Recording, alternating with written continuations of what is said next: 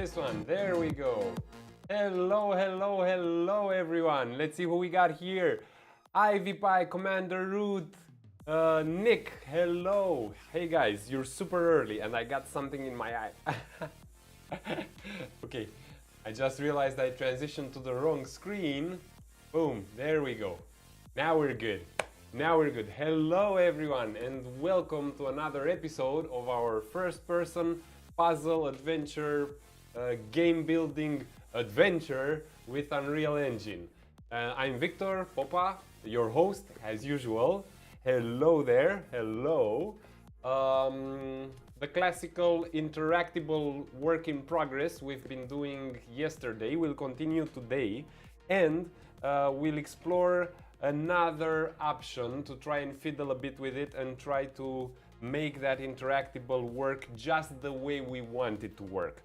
I've been giving a lot of thought to our implementation and to the implementation Roberto Bocara TV was so nice to suggest yesterday evening during the stream. Both of them have good points and bad points, but we'll actually implement both of them, and maybe we'll actually debate a bit on what should be the choice for our project, because I don't think there's a good or bad choice. It's more about what we would like to have for our project and the way we'd like to use those objects. The classical schedule, let me just switch to our presentation scene. Would like to hear Dr. Drogi's opinion about that. By the way, says Nick. Yes, and I hope he'll also jump in the stream later tonight, because he also iterated a bit on the whole thing, made some very satisfactory progress with what we're using already, the interp method. He was super excited about it late last night, but I didn't get the chance to reply to him. So, as usual, we'll go into a 15-minute warm-up, talk about today's tasks, like I was just doing already. Any questions and answers, we can hit it up with an Ask Me Everything, Ask Me Anything. I'll try to answer the best I can until everyone jumps in the stream. Then for 45 minutes we'll work on the project, 10 minutes recap Q&As if need be. Then 45 more minutes we'll work again on the project, and in 15 minutes we'll be doing the closing Q&As. At the end, we'll actually close the stream, laugh a bit about it, and maybe raid someone, I don't know. So, since we're still warming up, let me actually try to see if Dr. Drogi will also enter the stream later. Sorry, I don't usually Facebook during the stream, but this time it may be very much worth it. So I'll just message him real quick, just to see if first we start with Roberto's method and then we wait for Dr. Blueprints, or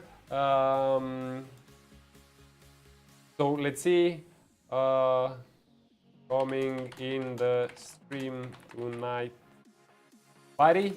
I'm actually asking him if he's coming in the stream. Yes. Hey, I see Raccoon. Hey, love. Okay. Okay, I messaged him. We're all good here. Let's transition to our actual stream scene. Boom, there we go. So again, 10-15 minutes. Let's talk about it, laugh about it, ask me anything, questions in general about life, you name it. I'll try my best to answer. Let's just have a nice, friendly conversation about anything while we get warmed up and while, of course, I start everything up. So let's start with Photoshop. And let's also fire up Epic Games Launcher. Let's see what else we got. Oh, you're so nice. Thank you, Irina. Oh, I love coffee so much, but I love Irina a million times more. Because she brings me coffee. She's awesome. She's so awesome. Man, I'm lucky. Okay, so we're on the puzzle adventure. During the stream, we're on the puzzle adventure. And let's see. What else should we fire up? Do we need anything else? I don't think so. Oh yeah, maybe the Google Drive. So trying to copy a link here and there. Boom. I'll just take this off screen while I log in. There we go. Nice and easy today. Relaxed.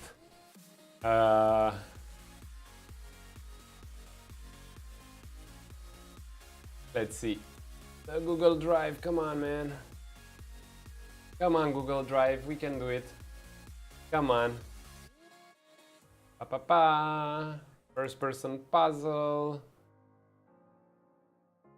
There we go. Okay, so now we've got all the prerequisites we need. Let's go back to this bad boy. Press input to interact. Everyone can read it nice. Good. We are in business. So let's see if someone said something in the chat. All good and quiet? Okay, all good and quiet. All good, folks. Start.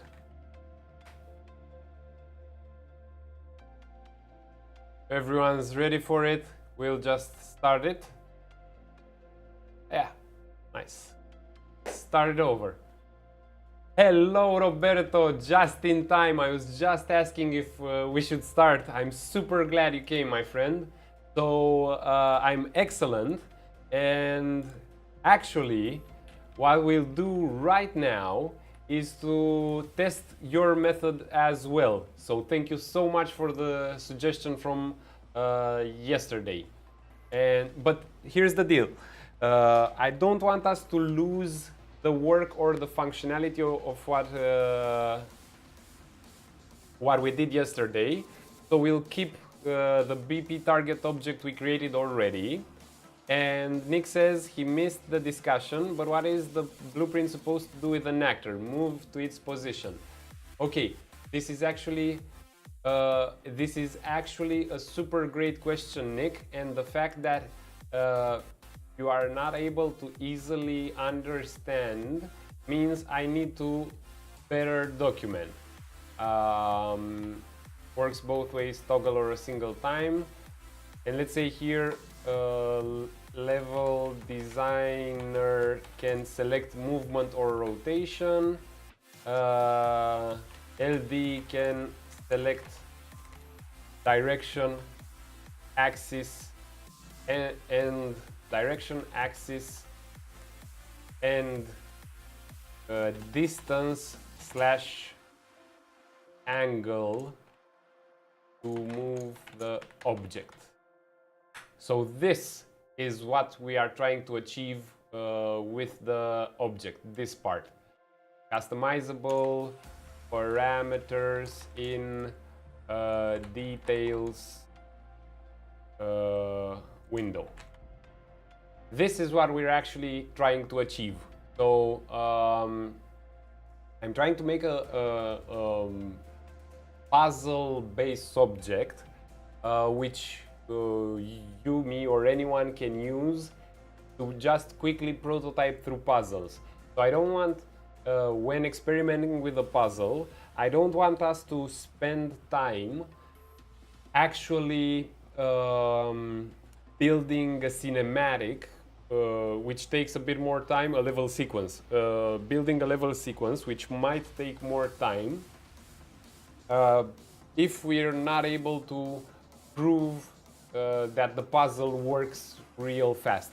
So what I like about what we're already doing here, and I'll just play it one more time to clearly show what we're doing, is we just planted a few placeholder objects, but we already kind of have a functional puzzle. Okay, it's not much, it's super easy to see where the switches are, and it's super loud. So let me just tone down the volume a bit before we all go deaf. How do I do that though? Yeah. I need to drop this, bring the music back up, bring the music back up. There we go. I'm mixing right now. Okay, so we have the music in the background, and technically if I shoot now, yeah, much better. Okay. So I can easily test out the puzzle before actually spending a lot of time to implement. So it's super fast, it works fast, and then all we'll have to do is to actually convert these objects into level sequence controlled static meshes, which move nice, which take some time, which play affixes and sounds, and more of a high budget style realization to it. But for quickly going through puzzle ideas, gray boxing should be enough.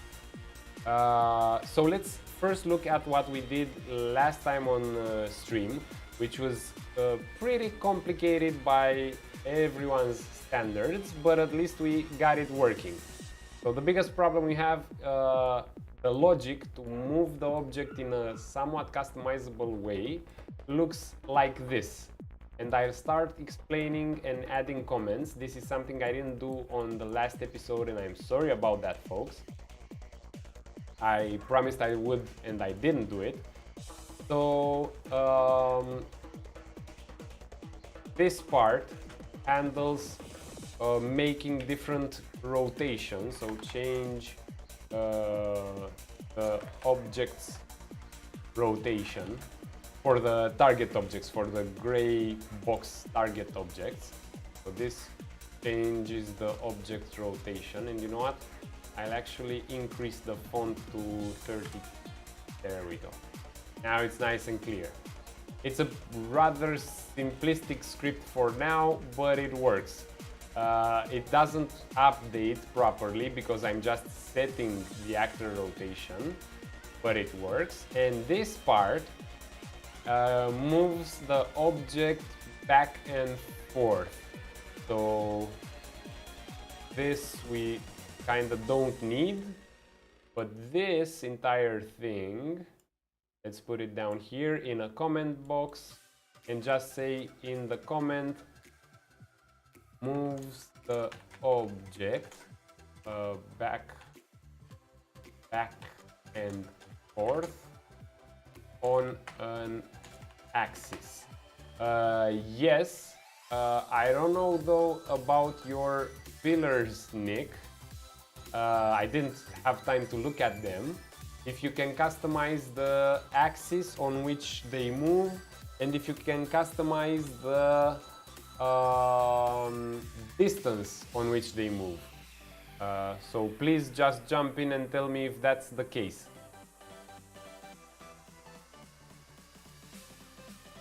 While I will continue adding comments here and there. You can customize the distance, okay. For each pillar in the editor, great. And did you do this by interp, or did you do this how we're gonna try today by Roberto's suggestion with timeline? Really curious about it.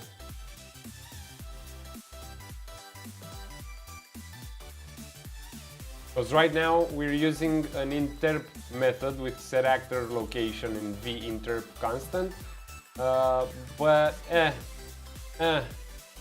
we might. Okay, sure. Thanks for taking the time to actually grab a print screen.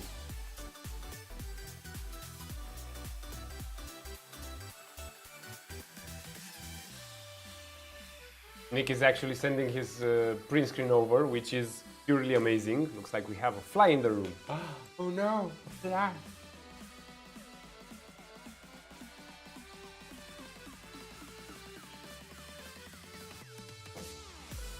Come on, Nick, send it over.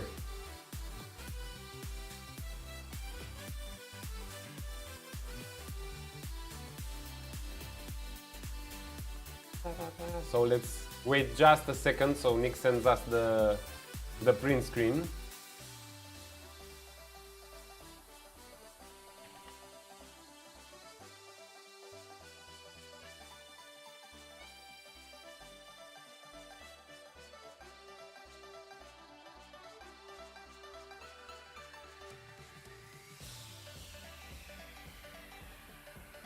Loading. Okay, it's loading. It is a loading.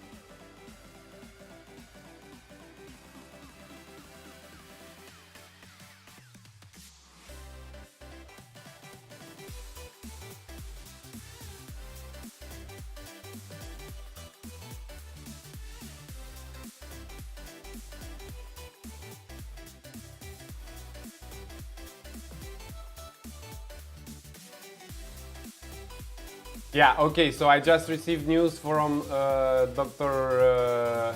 Blueprints.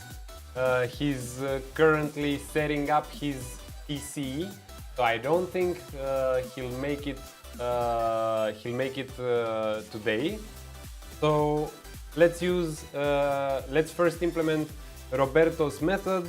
And Nick, grab those print screen, no pressure about it.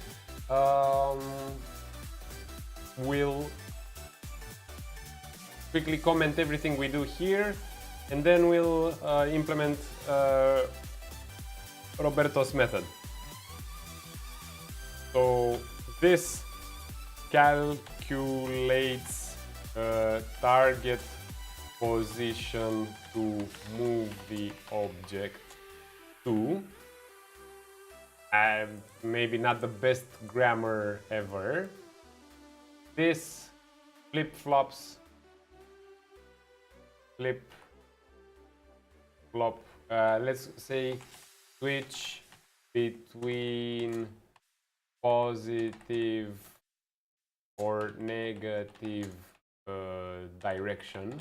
So move back, and you know what, I'll just say move back and forth switch. Easier to explain like that. Calculates is all of this actually, and here I say this is interp on pick the movement until destination reached. So this is what I'm doing right now in the script. This is how the logic works. Sent it on Discord. Alrighty, thank you so much, Nick. General, there we go. Okay. Open the original. So let's see what we have here. You get the world location. 1, 2. Okay, so this is exactly what I'm doing as well. And then, yes, you're also using the timeline method, but you're just using the timeline to feed it the actual time movement, the duration. Okay, so one of the other things which I forgot to mention, and I'm sorry about this, so this is a very good method also. A much simpler method, but a very good one, is, and I should have written this in the document as well, is LD can select the time needed to perform the movement or a speed scale. I'm not necessarily saying time, because maybe the level designers won't actually input 3 seconds, 10 seconds, 5 seconds, but they will be able to customize the speed with which everything moves in here. So Nick, I'm doing exactly the same thing. I also calculate the target position by getting the original actor location and then subtracting a value from it. However, what I do extra compared to your script is I also multiply with 1 or -1, so I can also move it back and forth by using an interp on tick. Now, this part, interp the movement on tick, I will actually attempt a hybrid between the way you're using the timeline and the way Roberto was showing us his example of using the timeline. So we'll try to see what can come out of it. So what I know is I'll keep this as it is. I will then duplicate this, the back and forth with timeline, yes. And you're just looping into it. Yep, this one. Now the thing is, we won't need to loop, but it's okay if you're looping. It's great.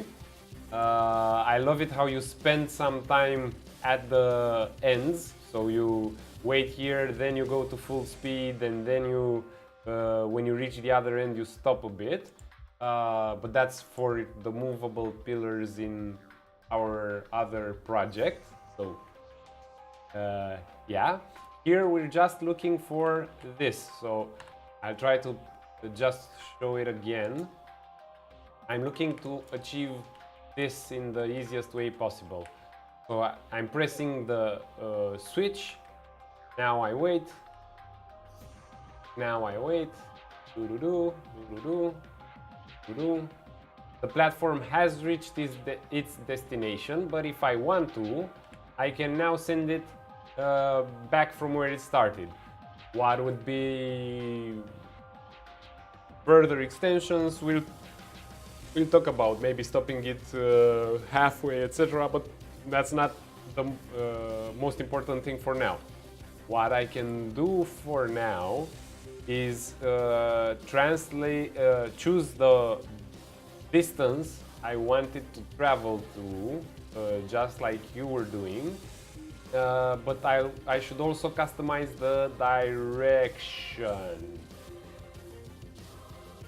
Anyway, let's duplicate this object altogether. Let's call it BP target object timeline, and let's try to implement the timeline solution. So what I really liked about what you were doing is that you were using an interp feeding the time from the timeline. So let's actually try in this duplicate.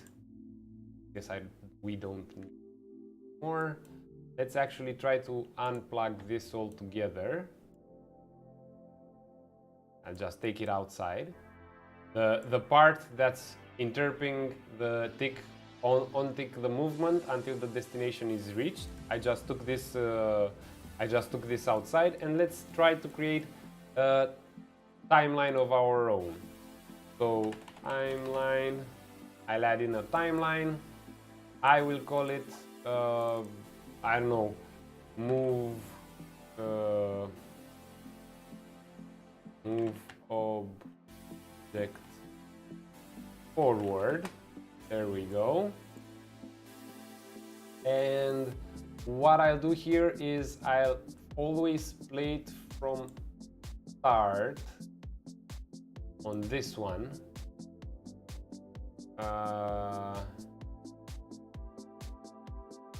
Yes, and I will have to actually duplicate this. So on one direction I'll play it from start, and on another one I will reverse it from end. That's what I'll do. And always redo the calculation based on the flip-flop I'm currently moving through.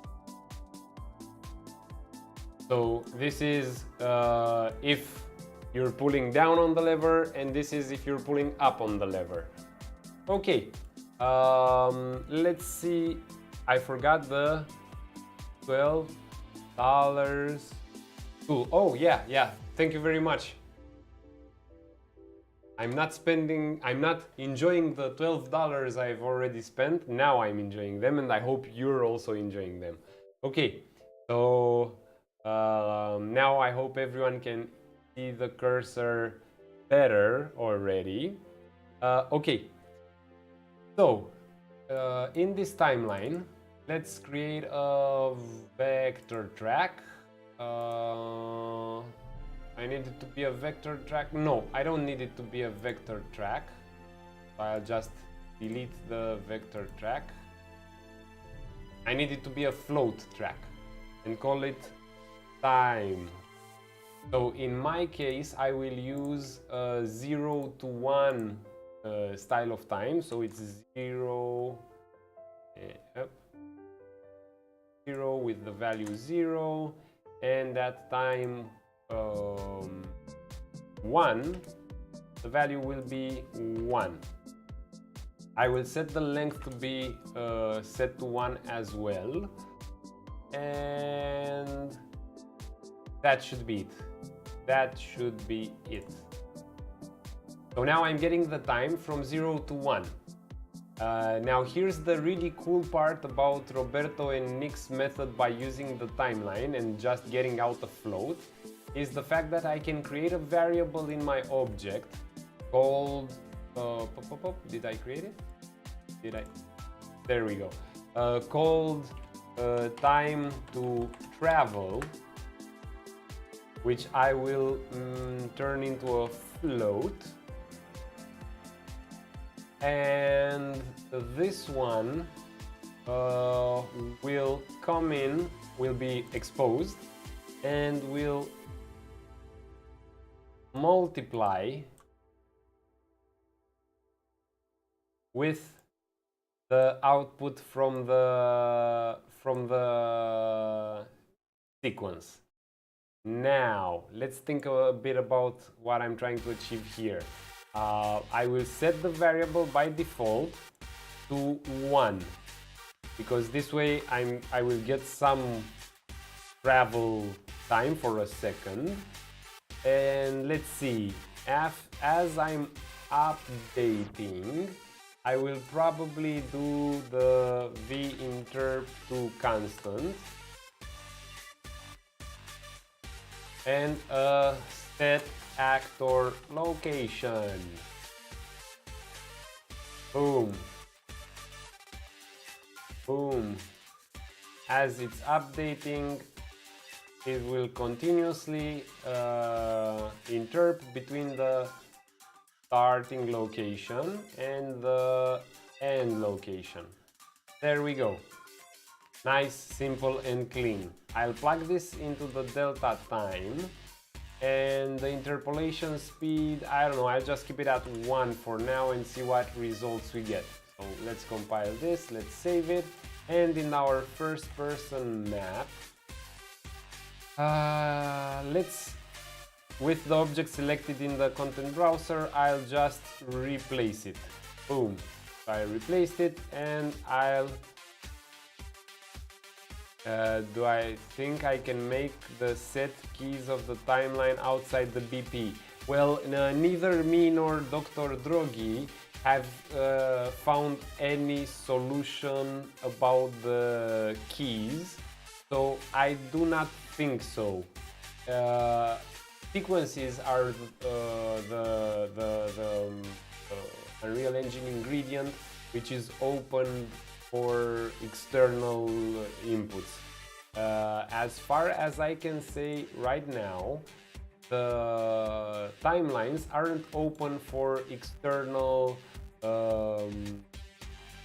inputs on the timeline objects themselves.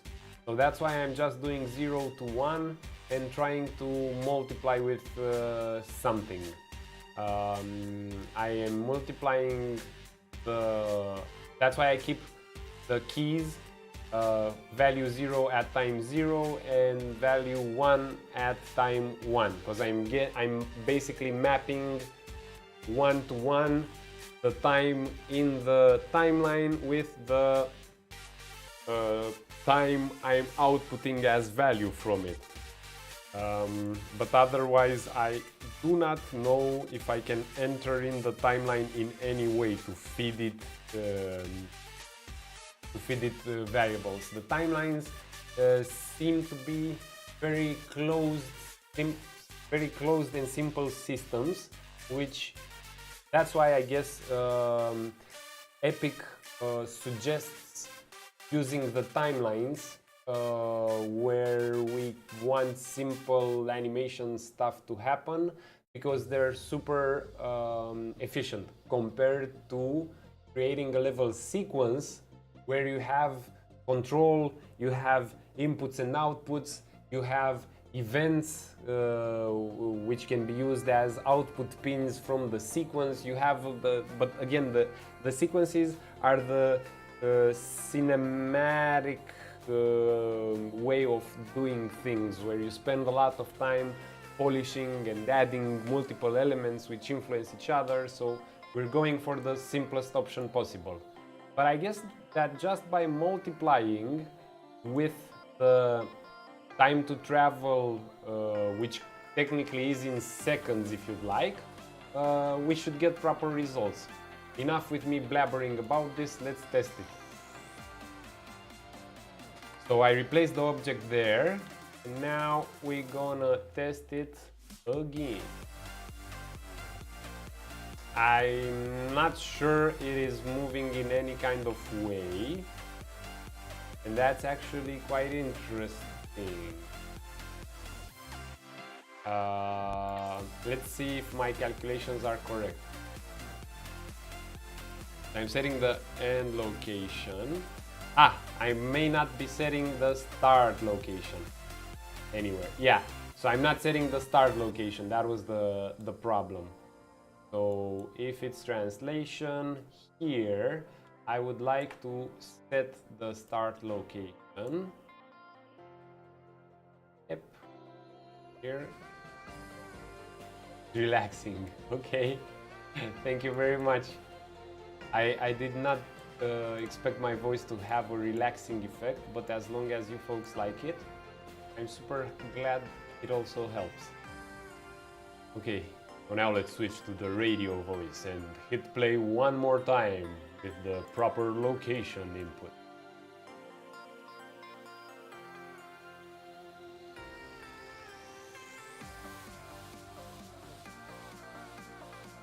I'm still not getting anything here. Time to travel is 1, translate offset minus 600, maybe that's why, and I'm using rotation and I would like to use translation. I might have also lost, no, I didn't lose the actor to message. Big wall 2, big wall 2. Okay, let's try it again. Come on.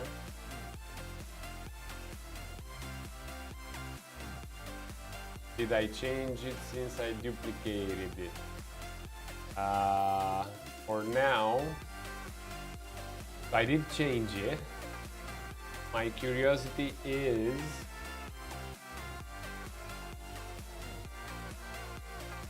I did change it. So move object forward. I've got this float track. Play from start, okay, reverse from end, and when it updates, sets the actor location, the delta time coming in from time. I'm not entirely sure this works, so I'll debug what I think. Oops, break link. I'll debug what I think might be causing the problem. I'll just feed it from the timeline itself. Let's see if this moves it. But now we'll have a constant 1 second movement. Still nothing. Okay, time to debug with breakpoints. I want to see if this starts. Boink. So I've just put in the breakpoint and I'm pressing play. Oh, that's amazing. Now I'm getting the keys. I'm not hitting anything here. Why am I not hitting anything here?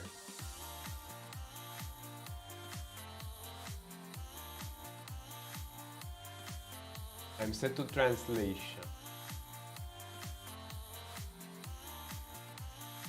Okay, this is weird. But here's what I'll do. I'll just reset this. I will pick it again. Ah, okay. So this is actually an interesting. This is actually a quite interesting thing we managed. This is something we don't manage to get as a bug that easy. We really have to try working on this. So let me tell you what happens. The switch, the BP Interactible, doesn't know how to communicate with the actor to message, because the actor to message is of template BP target object, not of BP target object timeline. So this is actually quite interesting. Okay, let's change it for demonstration purposes. Target object timeline. This one, I want this one now with an object reference. Yes, we'll change the variable type. That's actually quite interesting that I didn't get any error whatsoever. Should have replaced the references, I guess. So you go away, go here.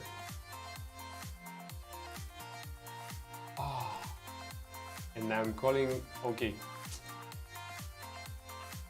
Actable, so I need to call the proper functions. So again, there we go. File it again.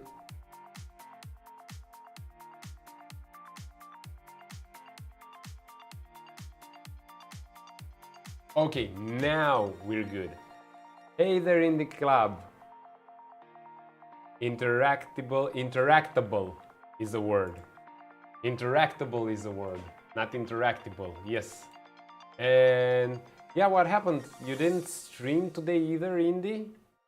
No stream today? Because what? I don't know. You tell us if you want to. Let me stop these silly little hotkeys. They're messing up with us. Nope, no stream today. Okay. Overtime?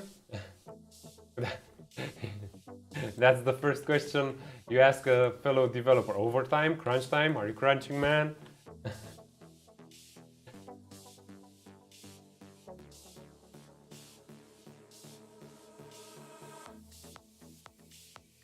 Okay, and now we assign the proper object. Boink. And now we test it again and it will work. Yes, yes, yes. It did work. So let's remove the breakpoint and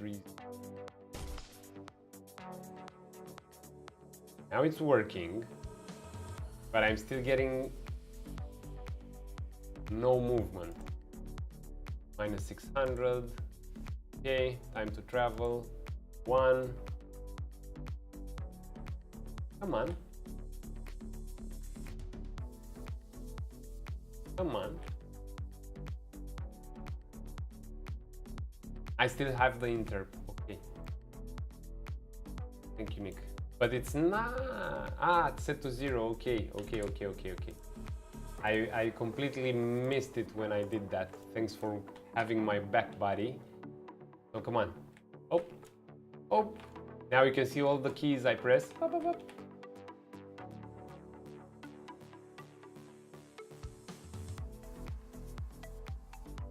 The silliness in here is amazing.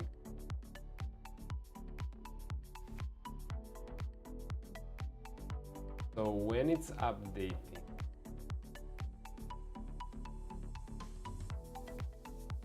set actor location verb to constant 1.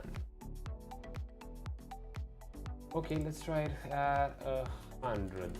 At least it will skip jump to something technically. We're using a very low speed. Shouldn't be the case for 1 second. There we go. Okay.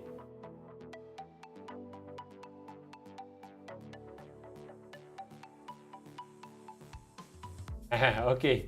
In the club live, just tell us if you want any of us to go meet you up somewhere with a shovel. Good night to you too, buddy, and see you soon.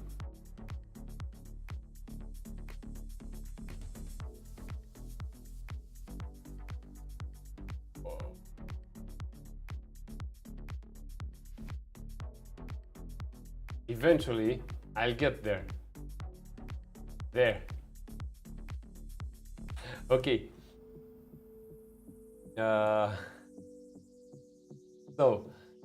Here's the thing. The BP target object timeline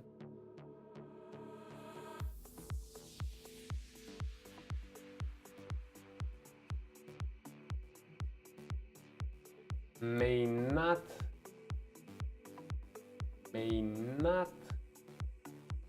finish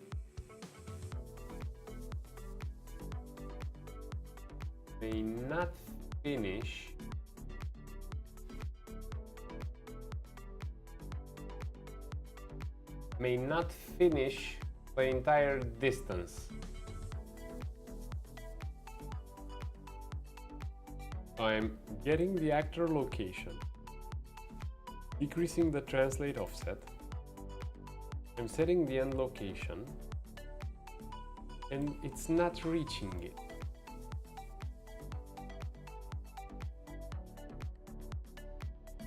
Getting the actor location after I send the command again at the start location. The thing is, I don't think it's finishing the movement.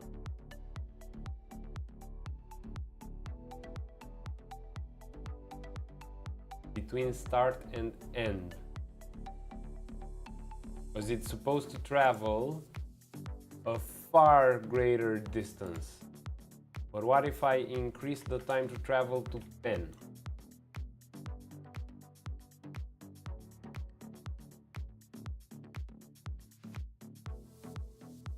Nope, it's still traveling just a little bit. Ah, yeah, okay, because I'm not doing the multiply here. But now,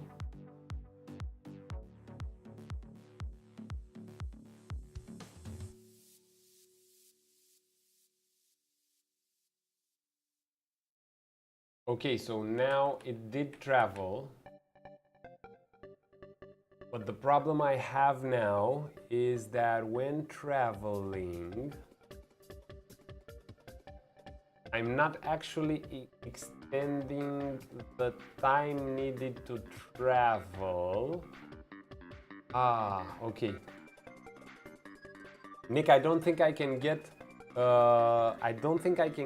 variable time from the timeline, unfortunately.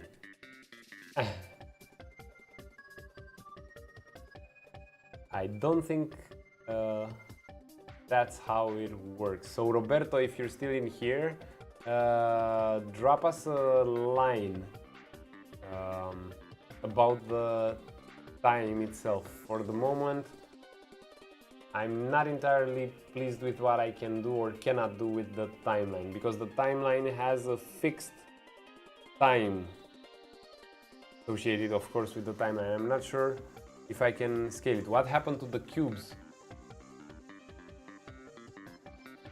Ah, okay. I probably shut them up somewhere when I was doing the crazy stuff. Let's try to reproduce this. Alt O space. Boink, and now, that's what happened. I crunched them and crushed them, Nick.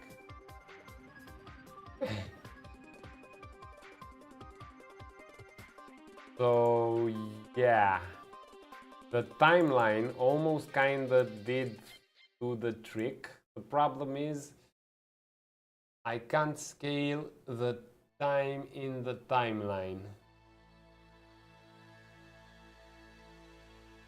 Yep. So there we have it, folks. Let's go back to the original target object, because here I can scale the time. Exactly, Nick. Exactly.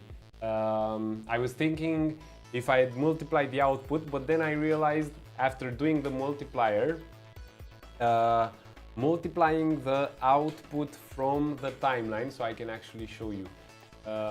So multiplying this doesn't give me the time, it gives me the output from the time point. So it gives me the 0 to 1 values that happen from 0 seconds to 1 second.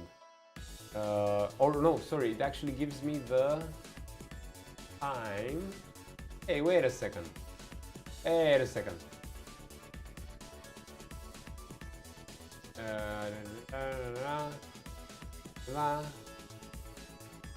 I'm trying to understand what this gives me. So from 0 to 1 seconds, it has the value of 0 to 1. So I'm outputting just the time. Ah, okay, because I called it time. Yeah, okay. So I'm getting the values actually. I can call this values. Be clearer. But this gives me, yeah, exactly as I was saying, this gives me from 0 to 1 seconds, and I'll actually type it in, from 0 to 1 seconds, it gives me a value that goes from 0.0 all the way up to 1.0, but it only happens in a single second. So when I take this one and multiply it here, I do get, I don't know, 100 or whatever I want, but I go from 0 to 100 still, unfortunately, in 1 second. So I can't control the time on this one. Yeah, exactly, exactly, Nick. You had to use 3 different timelines and you'd customize the time in the branches. That's right, Nick. That's right. Okay, so let's go back to our first attempt to make the object move. And in order to do this, I'll have to change again the switch so it uses the proper actor type when messaging. So I'll go and make it again a BP target object. So bam, changed it. Let's change it everywhere. There we go. Okay, let's clean up again. But it was a good attempt. It was a very good attempt. Thank you everyone for jumping in with the ideas. It was a very good attempt to brainstorm everything. We didn't get that far, okay, but it was a good try. So this one we don't need anymore. Here I will replace this with the BP target object. Bam. I will redo the logic on the switch to select the actor to message again.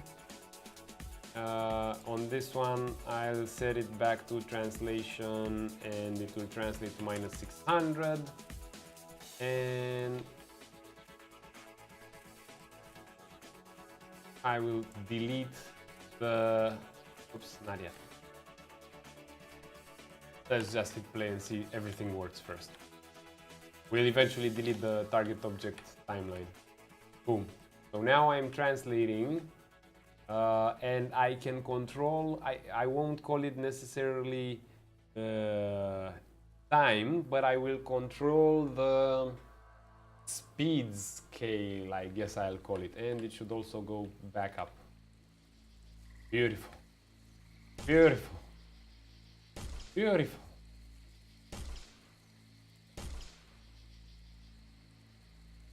Come on, come back down. Let's go and solve a puzzle. Just clearing up the boxes.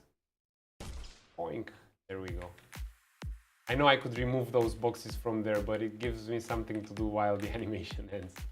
Yeah, okay, this one's got so everything got reset when I recompiled the switches, but it's okay,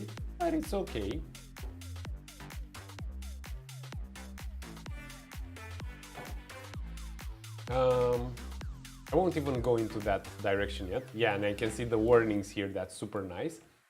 However, what I will do,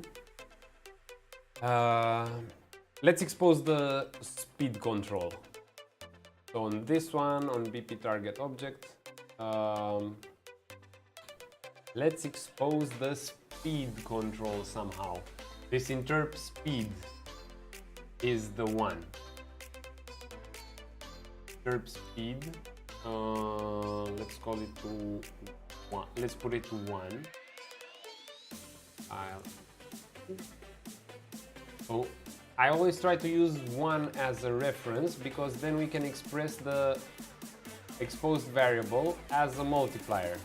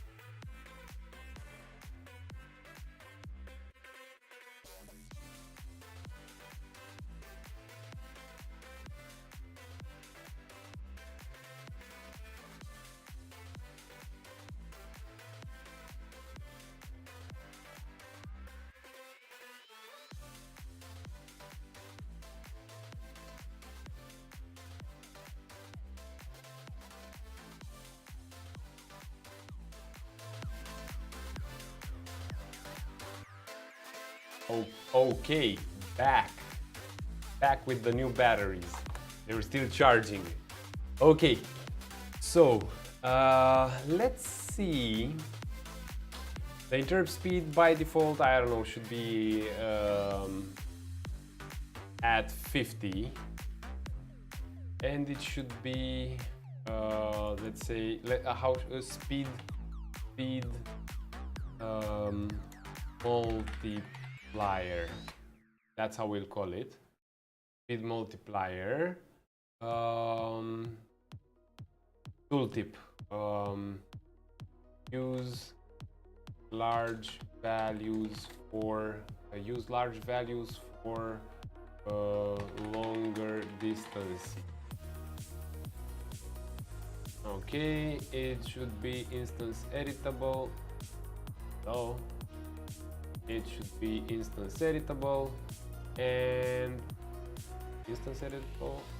Yeah, it should be instance editable, and by default it should be 50. File and save. So now with everything saved, shortcut are not cooperating. Enable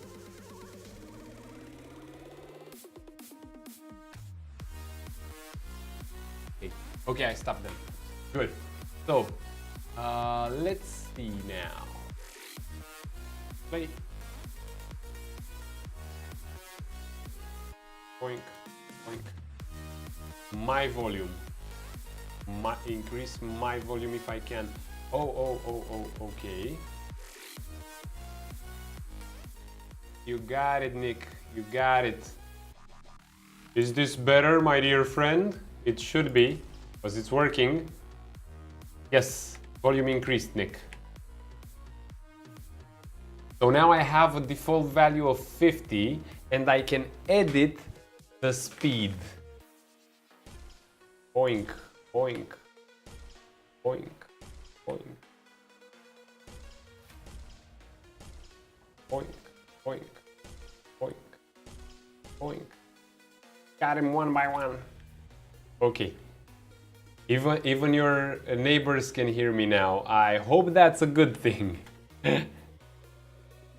And I hope you still have your eardrums in place. Look, I'll lower it just a tad bit. So I'll try to keep it in the safe range so it doesn't clip or hiss or noise, and I think, or generate noise, and I think now we're good.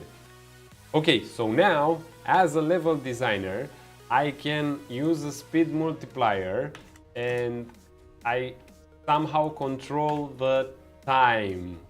I'm not necessarily controlling the time per se, but I'm controlling the speed with which the object goes up or down. Let's try a few values just to make sure it works. 100, 300. I want it to go to its target position real fast. Boom.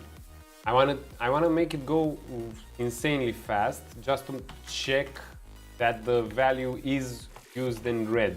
It doesn't seem like it's used in red. Ah, okay. Okay, cool. Yes, so it works. So if I say 2000, hello Roberto. I have some good news and I have some bad news. What do you want to hear first, Roberto? No worries. No te preocupas, Roberto.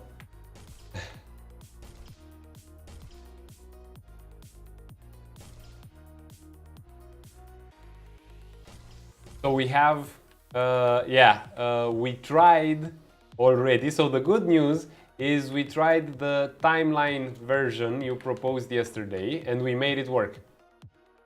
Wow, physics. The bad news is with the timeline version, we can't control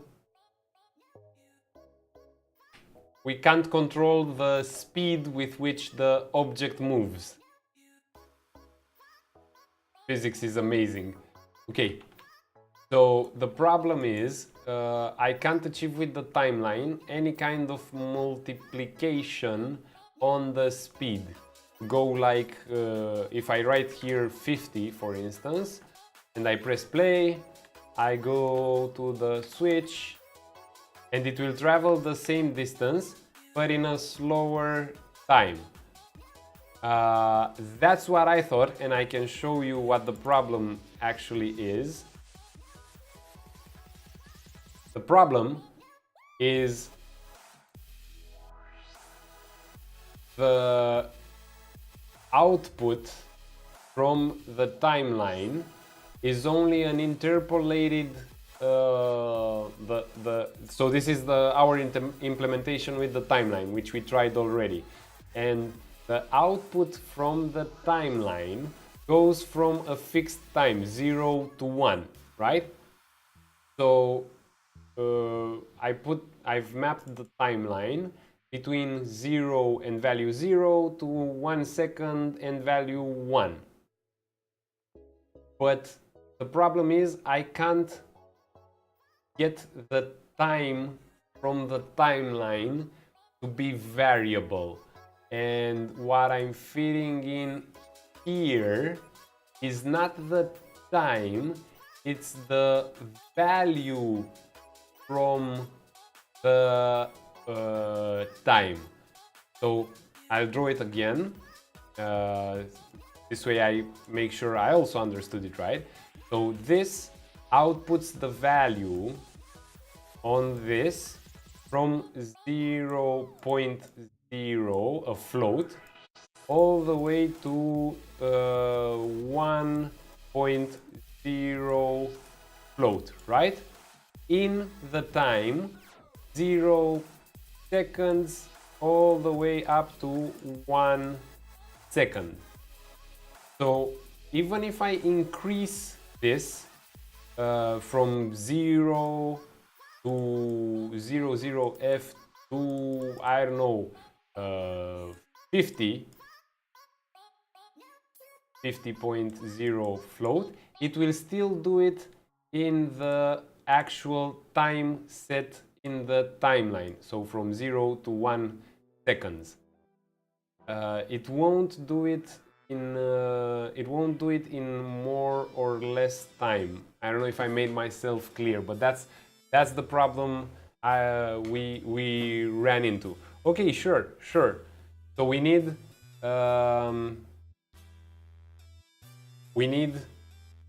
both. With the new time. Okay. And I know the time. New time, I think we'll just make the slider jump to a time. So new time might be just setting a key here, if my memories are right. I need a better color. This might be new time.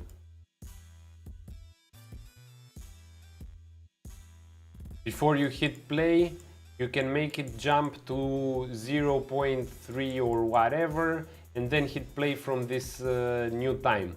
I'm not entirely sure. New time will also help us. And also, please remember we need both having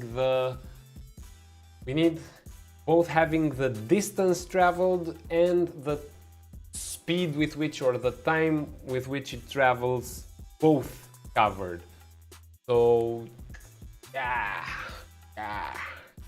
I'm not entirely sure we can do it by timeline. That's why we went back to using the interp. We started building with Dr. Blueprints, but we're still open for suggestions. Nick also said in his case he had to use 3 timelines and some branches in order to have 3 different times for variation. We switched back to the old one, and we also exposed the speed multiplier. So the result we have now is, as a level designer, I can set the grab a print screen, grab a light shot print screen, and we'll look at it, rebuild it here, because that's the point. Today I just want us to explore all the possible options. If you ask me, Roberto, just having a timeline in which I plug something, I mean, come on, look at this logic, right? So look at how this logic looks and how simple it is versus this. I mean, come on. I would also prefer, if possible, let's get this out of the way actually. I would also prefer, if possible, to keep something nice and simple, but I'm forced so far with what I just googled yeah. And how to do this. Okay. Yeah, I'm also trying to Google, but usually for new stuff I don't remember how to do. This is something I've been doing in the past as well, so that's why I kinda remembered. And you see, I feel lucky and blessed to have something even better than Google, which is my own personal Dr. Blueprints. I'm kidding, he's not my Dr. Blueprints, but I think I'm lucky enough that he wants to jump in the stream and help us out from time to time. Okay. Oh, he's gonna see the VOD. He's gonna watch the VOD. Okay, so now we're also setting the distance and the speed. Yes, indeed. So now we're able to set the distance 300 and at least tune the speed multiplier. So for instance, I can do this. It's not yet time per se, but it's something. So now it goes like 1, 2, 3, 4, 5, 6, 7. Okay. So it took about 7 seconds to travel 300 units. But then if I just increase the speed multiplier from 50 to 500 and I hit play again, bam, much faster. And the cool part is no matter where I flip the switch, it still travels up to the maximum and minimum point, because that's the magic Dr. Blueprints did for us, helped us understand how to do yesterday, was that by doing all the pre-calculations for the start and end position, then we can just flip the button in between and still have the proper movement. This being also another risk of the if you will, of the timeline. I'm not entirely sure we can snapshot where in the timeline we are and then start moving back from that position, because I noticed I have in the timeline reverse from end and play from start.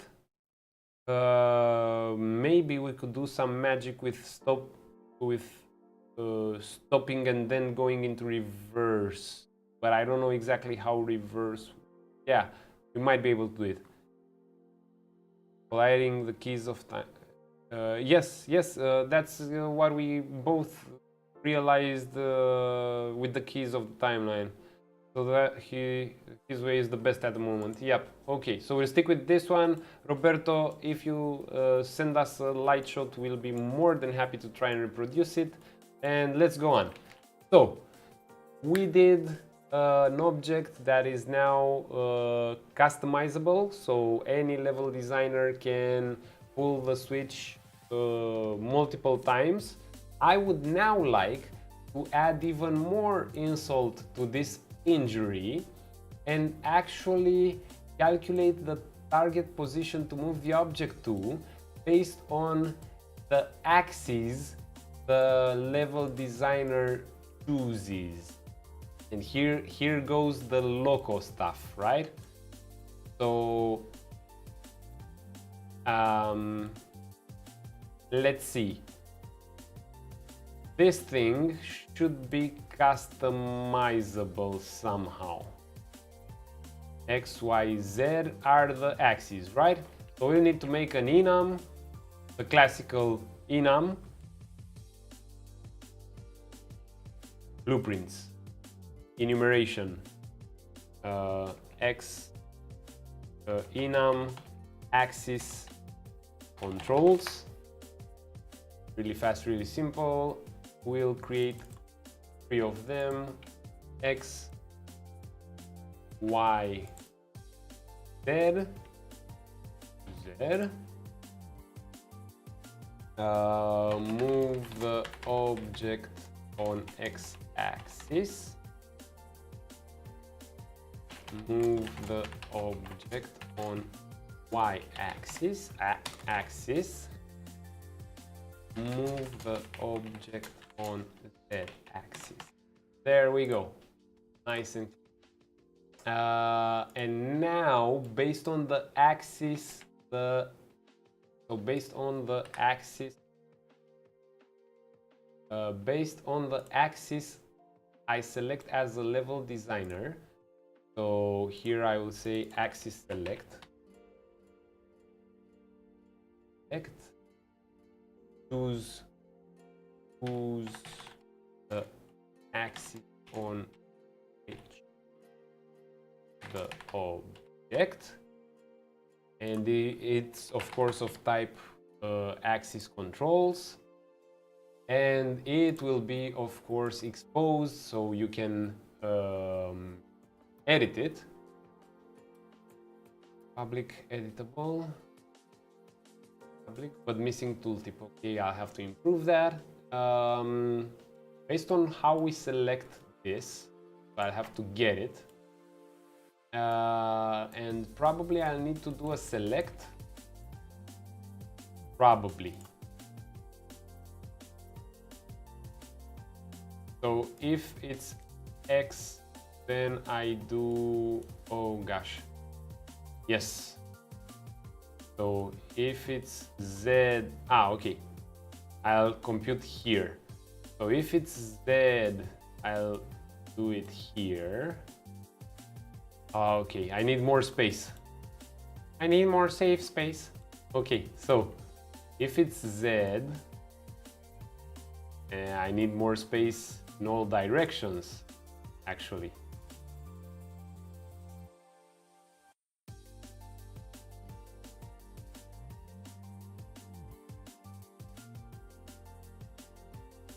So, if it's on Z, I do this. If it's on Y, I do this. And if it's on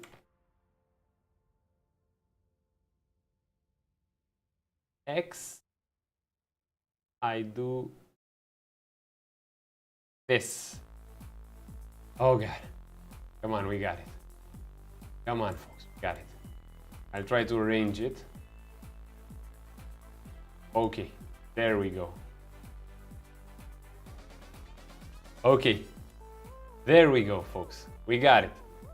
So now, as a level designer, I will also be able to select on which axis I want the object to move. And for prototyping, I hope and I guess this will be enough to work with. Oh man, I need more space in my blueprint. Up, up, and up. There we go. Nice and clean.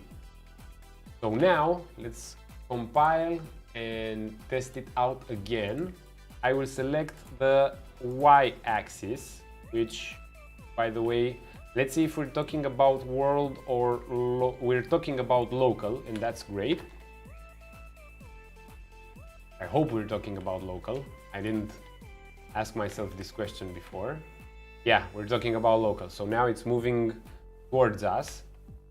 And let's also try the x-axis. So now it'll move that way, or the other way, but whatever. It will move sideways. Whoop, and it worked. But I just realized we're not using local movement, we're using world movement. Yeah, we're using world movement. Let's triple test this. So I'll just put the switch closer so we can observe better. Yep, it's moving in the world axis. And it's moving in the world axis because we don't have another check mark. If I take the timeline variable, I can set the play rate. Oh. Okay. Hey Roberto, you heard this, my friend? apparently we can set the play rate for the timeline variable.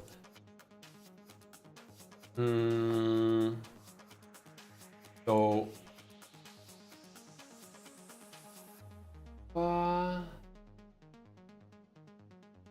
this one, but where do I have it? Timelines.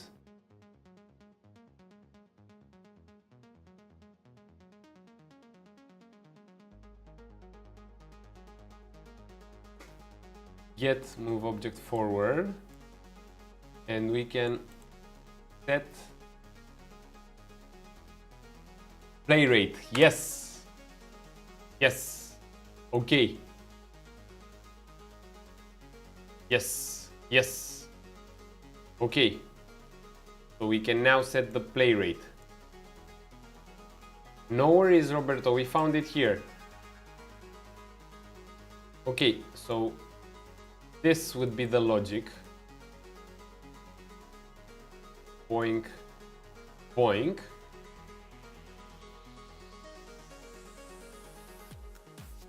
Okay, so this would be the this would be the time multiplier, and this would actually be the distance to travel.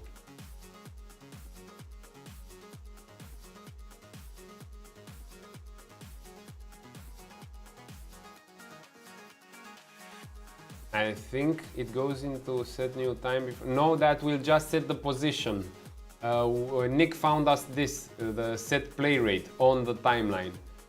So first of all, distance, let's call this distance to travel, because this will multiply, so distance to travel will multiply the,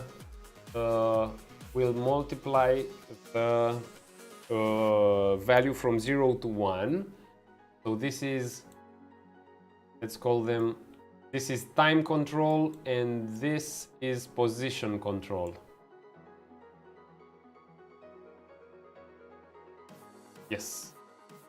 Set play rate into set new time on the timeline. But we don't have an output. And no problems, we don't have an output though. So this would be another solution.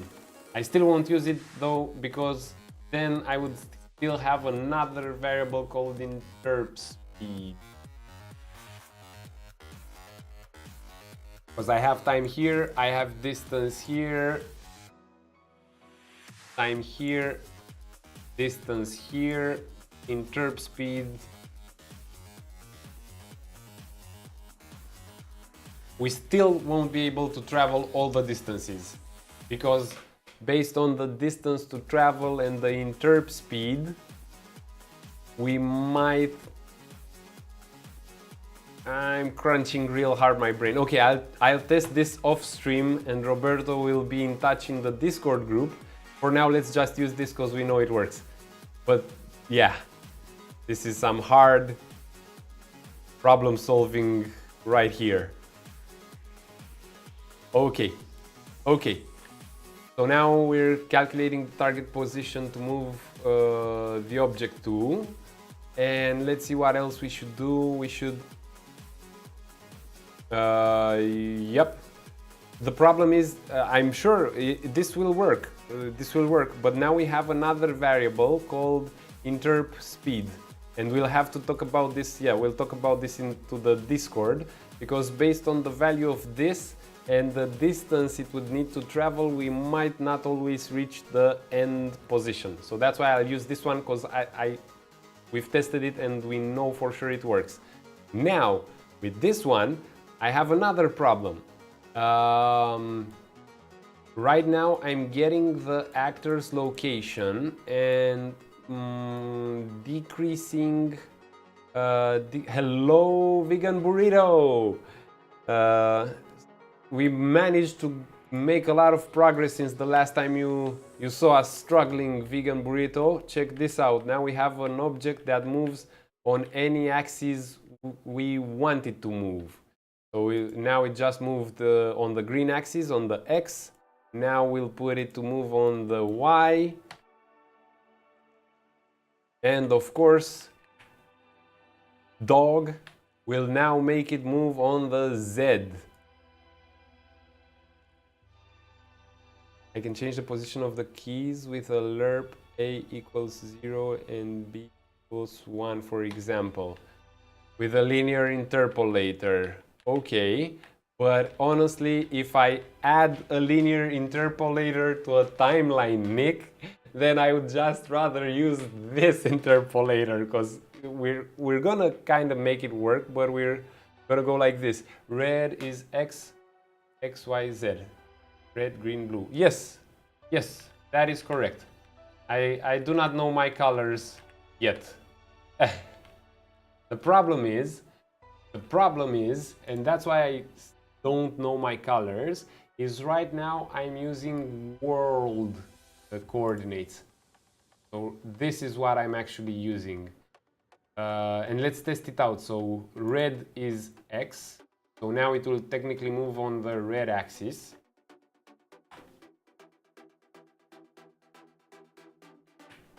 Yep. Yep. Red, green, blue. And green would be like this. And that's the next customization point we'll have to add to this object. Yep. Yep. So it's moving like this. So the next customization point will be to allow the level designer to customize if he wants a world movement or local movement. Okay, world movement versus local movement. I will try to make it work by default in local movement, because that's what probably, just by reading what the vegan burrito said, I was wondering why it moved on an angle. So when you look at an object and you, regardless of the fact that we see its pivot or not, but when you say let's move this object to the left or the right, you kind of think you want it to move to the left or the right, not in world. We rarely think when approaching the visual, we rarely think in world coordinates, we mostly think in local coordinates. So that's why I'll try to make the movement by default to be set to local coordinates, and make a check mark in case the level designers want to move them on world coordinates. So let's see what's going on here. Just getting the actor location. Gives me the world chords, okay, but the end location calculation, I'm just here. Instead of using a get actor location, maybe I could use a get actor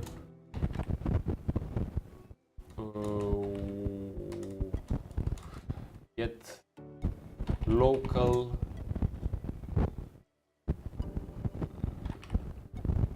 size. No, get it's a get location relative. Get actor get relative transform the default sequence. No. Relative transform slide motion. No. I have to get orientation. Would it be easier with C++? For vegan burrito, yes. For me, no. Stop the wind from the mic. We're in trouble, Dorothy. There's a lot of... Okay, so probably one of the batteries is...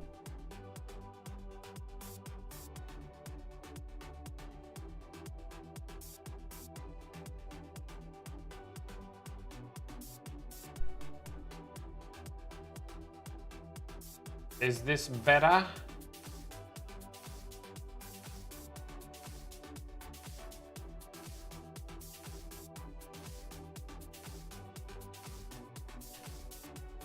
Okay, cool. Yeah, so the batteries weren't fully, the rechargeable batteries weren't fully loaded. So next time we start getting the wind, we'll call it a day because I'm completely out of batteries altogether. We still have probably half an hour. It would be easier with C++ for vegan burrito, that's what I was saying, but for me, no. But I think everyone here can agree, if we manage to visualize what we're trying to achieve, then we'll actually achieve it.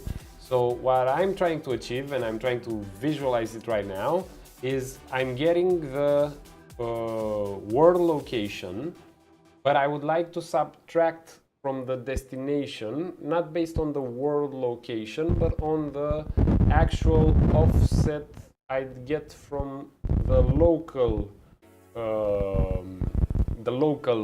location. So I think I'll actually make get actor location.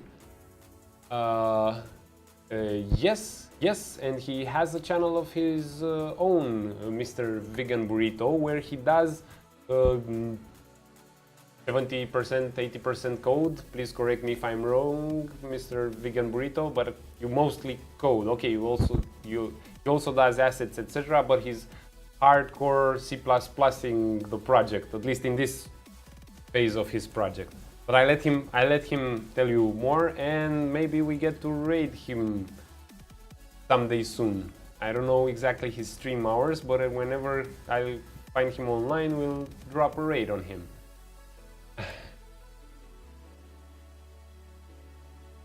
Yes, there was lots of code. Lots of it. You scared me. I crawled back into fetal position after watching you and cried myself to sleep.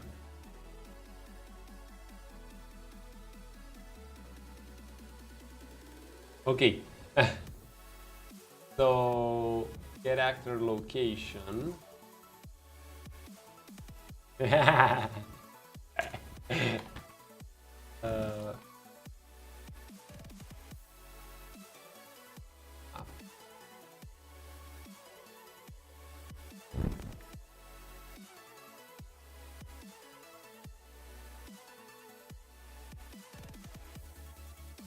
Find look at rotation. No. Ah, it was that value from Dr. Drogi. He used it. Ah, he used it yesterday. Get actor location.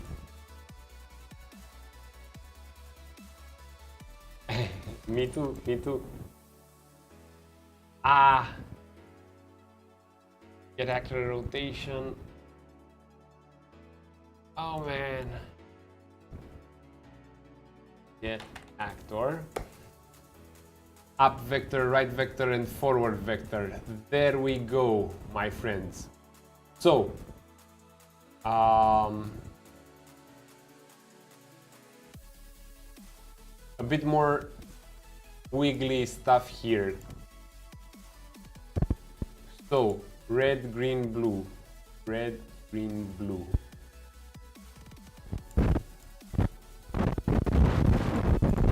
I can get the actor forward vector.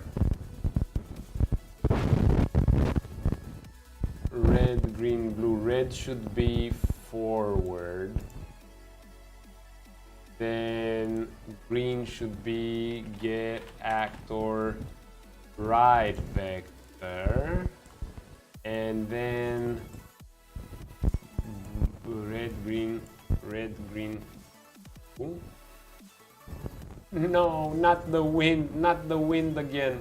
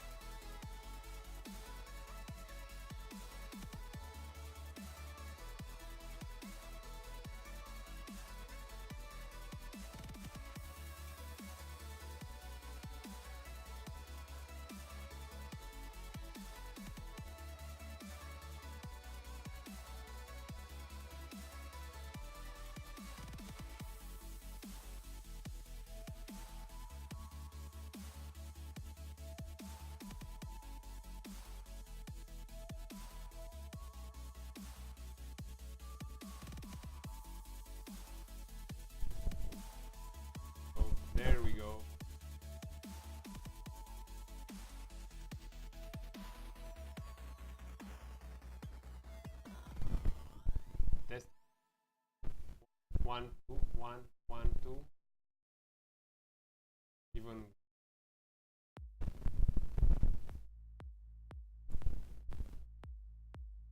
have it.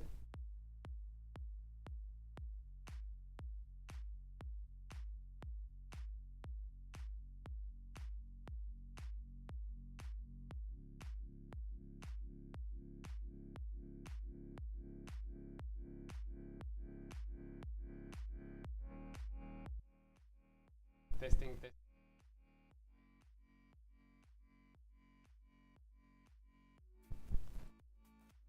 A little bit. I don't think.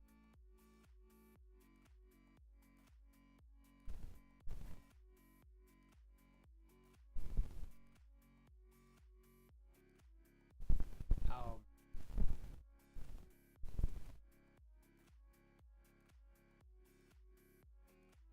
Testing, testing.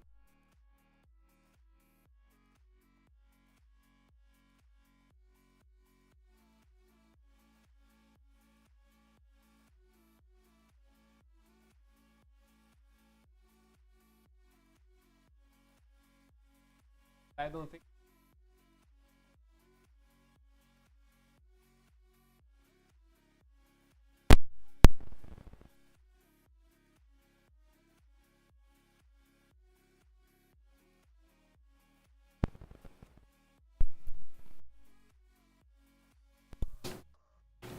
So okay, now it's really bad. I know it's really bad.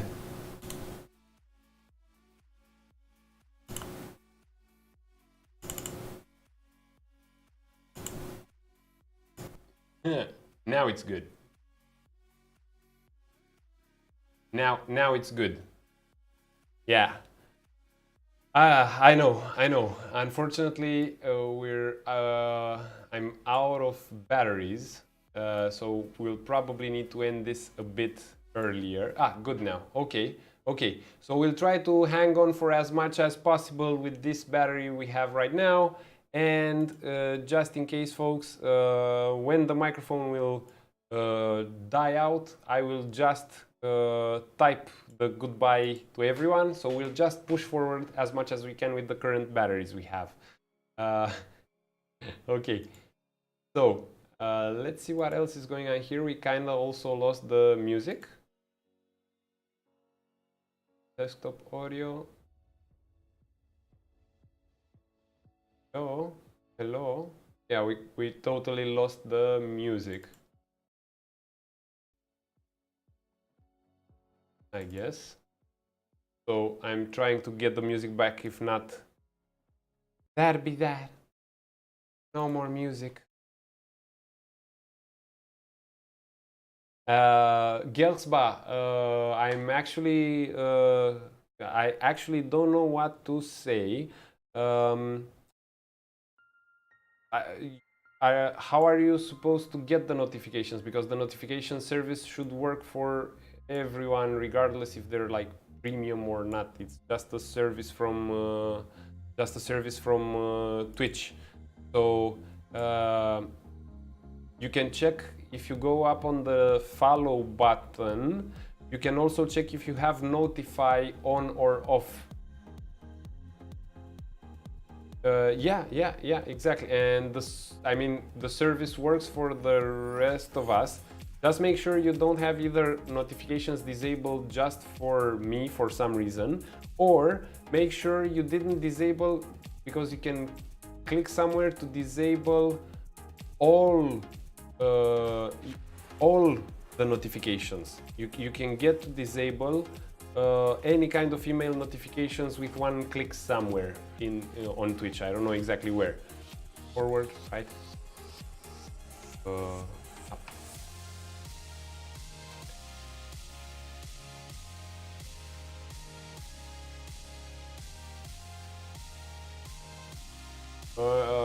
Yes, but if you disable the overall do you get notifications from anyone else, Gersba? Because if you disable the one that gives you any kind of notifications, then Twitch will not email you. It's because of this GDPR thing.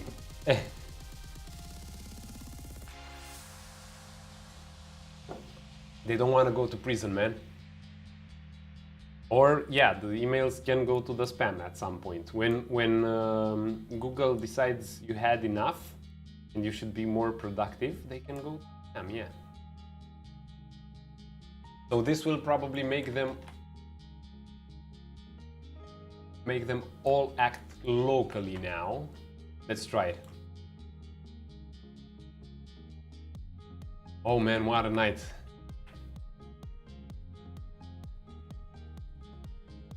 That was not local at all. That was not local. Forward vector, right vector, and up vector. I think I mixed the rights and the forwards because I had diagonal motion. I think I mixed up the rights and the forwards. Yeah. It was a 45 degree style, so I think I mixed the two vectors. Now it might be what we were. No, it's not. Why is it going? Oh, yeah. Ah, okay. Because the up vector is not the actual location, folks. That's why. Silly little me. So from the location and oh no. Okay. Wait. I can do this. So the vector to which I add the actual movement, and then I have to do another subtraction here maybe with the value I return, and now I'll get it. And again, it might need multiplying here. It might need multiplying, but we'll try it out anyway. I'll probably test this on a simpler version with a single axis for now. Oh, he got it. Well, I do say, folks, it does look like he got it. It does look like it. Let's try some more axes. I'm not entirely convinced. X. Let's try the X. Nope, it's still moving in the world. It's cool, but not as cool as I'd want it. So I'm getting the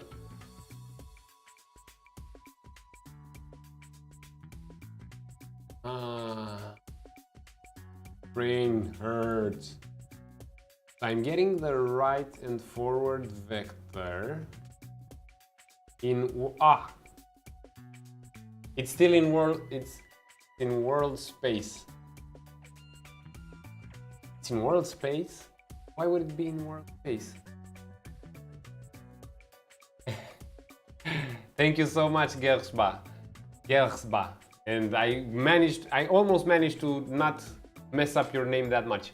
Gersba. There, Arthur. We got it. So the forward vector is in world space. Worlds.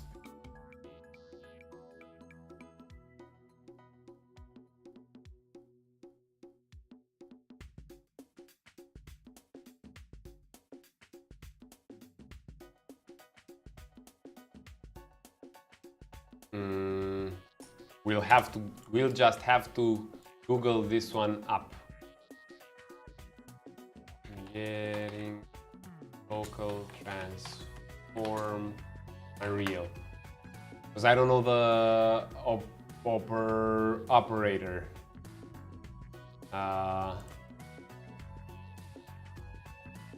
What am I currently working at? So Gersba, right now I'm trying to move an actor. So what we have so far is we have this target object, which is influenced by whatever switch we tell to operate on this target object.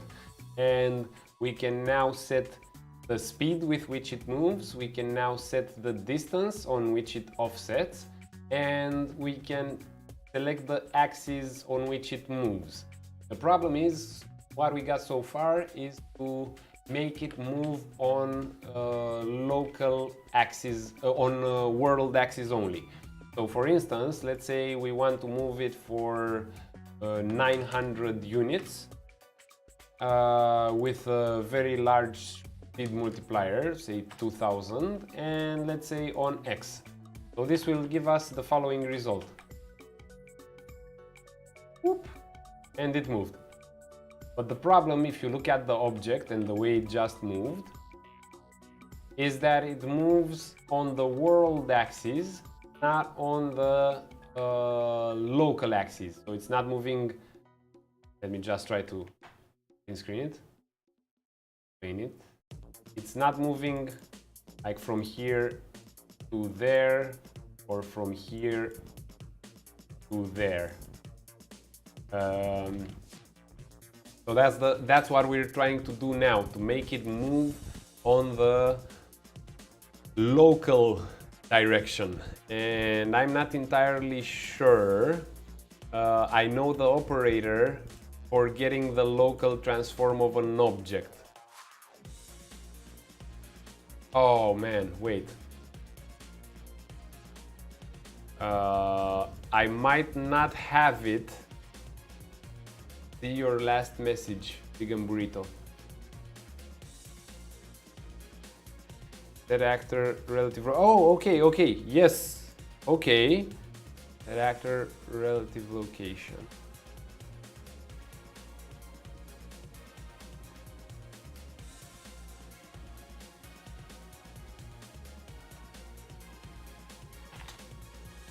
Third actor relative location.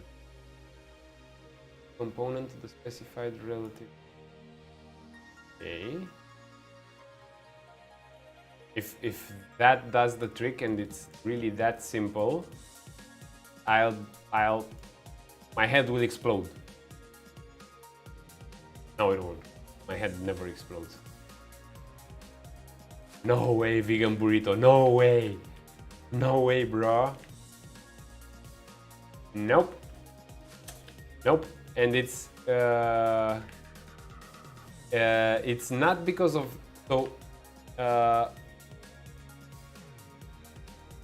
what's happening is not if I use set actor location or set actor relative location. What happens is because the position which I calculate in order to interpolate to is not good, and that's because I don't know how to get a local vector. So maybe with some get component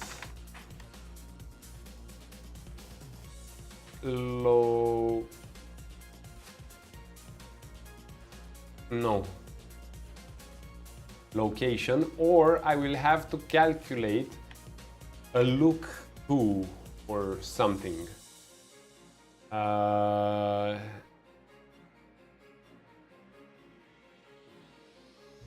Read the value.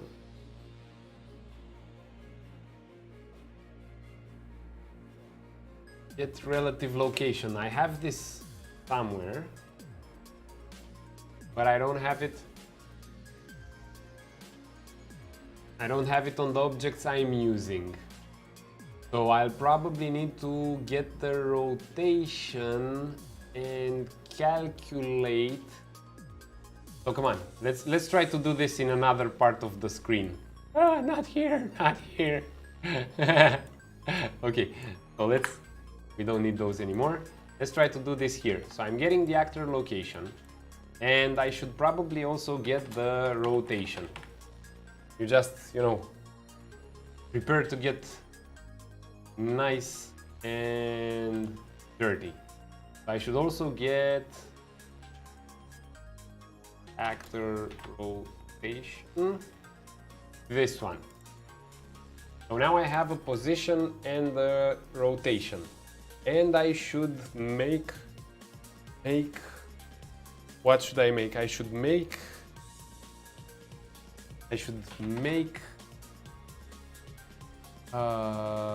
transform maybe.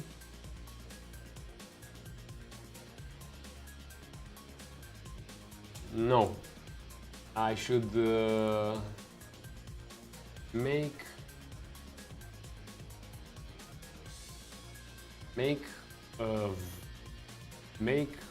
rotation. No,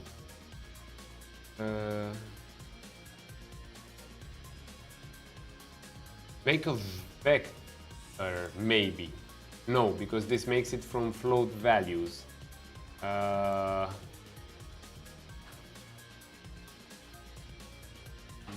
Make low.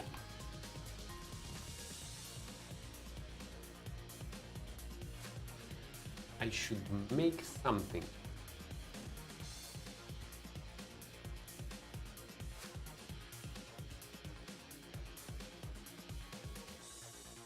Transform location node. Okay, okay.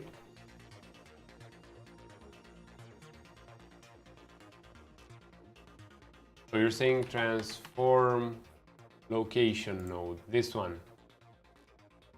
Transform a position by the supplier. Transform a position from local space to world space. Okay. If T was an object's transform, this transform a position from local.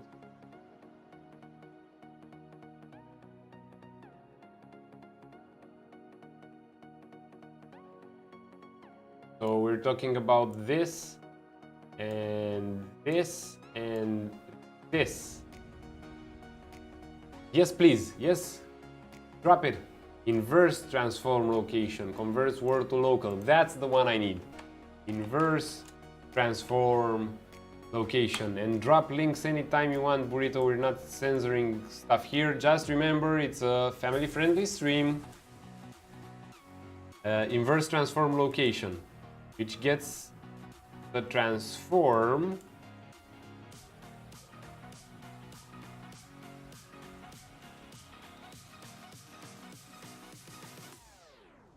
by the inverse of the supply transform. So if this is an object transform, this would transform a position from world space to local space. It transforms the position from world space to local space. Okay, but then would I need to plug in again the actor location, so it would look something like this? Let's find out. Let's find out, and let's just plug this in. Yeah, and we should be good to go, at least on the x-axis, if I understood right how it should work. I don't know if we're moving it on X. Are we moving it on X? Yes. I don't know how to use it properly. Let's find out how to use it. Inverse transform location. Get actor transform. Get actor transform. There we go. I should probably stop making my own transforms, right? First transform. This. Simpler. I always complicate things. I don't know why I always complicate.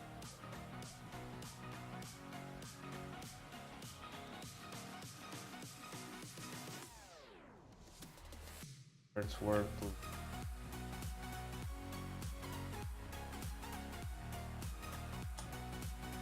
Okay, or I still have one other option left. I like this get actor transform, get the actor to world transform, right? And I could just maybe break transform, and from that location I could do the calculations here with the subtractions and everything, because this location might already be rotated. Let's try it like this. Sorry for the mess, folks. I'm just trying to figure out how to do this. Well, that was awesome.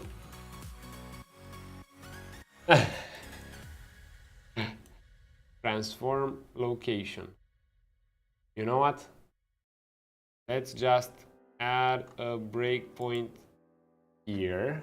Let's see what's going on. Come on, we're gonna do this right. Yeah. Boink. It didn't even hit? It didn't even hit?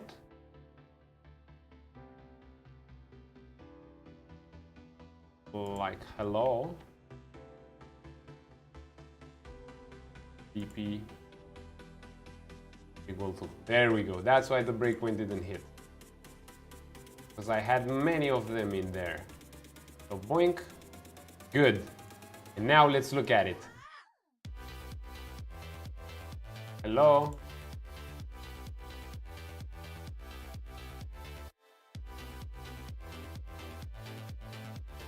Okay, come on. Let's see what's going on here.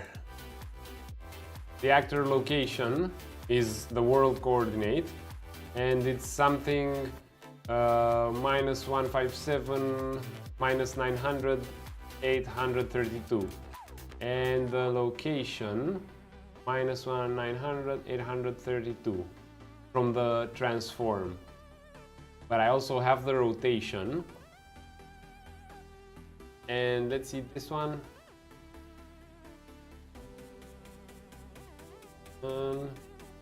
Actor.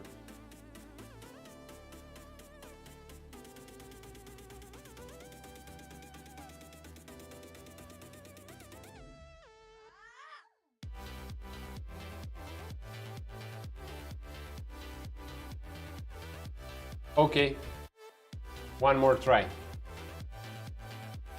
Get actor location, and we do everything. No. This one goes here. One goes here. That's for sure. The get actor location will stay here, and the deductions we do from the actor location will then be transformed by the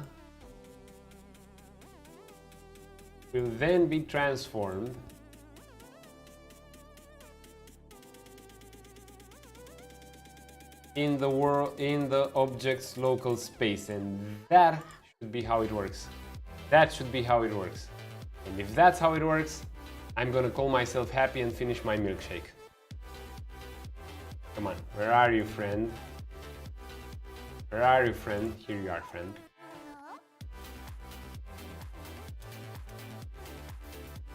Okay, that's not how it works. That's not how it works. Inverse transform location. I'm getting the transform and the location.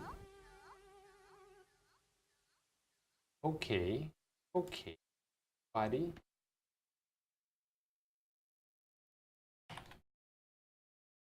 Yeah, it looks like I'll have to do some reading. Why didn't it trigger? Come on, debug friend.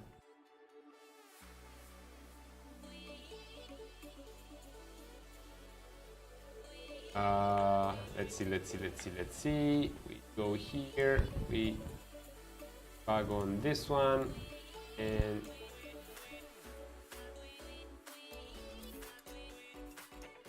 what?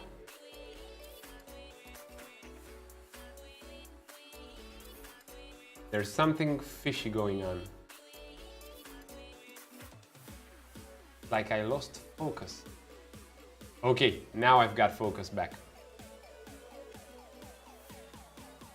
1, Selecting this one. Good. Putting focus back in. Good.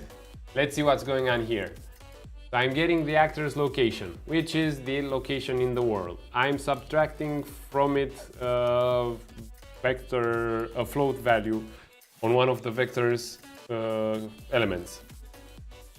I'm getting the new location, right? So first it was -157 and now it's 742, which is -900. I'm selecting it, and here I'm getting the transform, which is -157, 906, 832. This is... I can't see these values. Okay. 112, -640. Invert.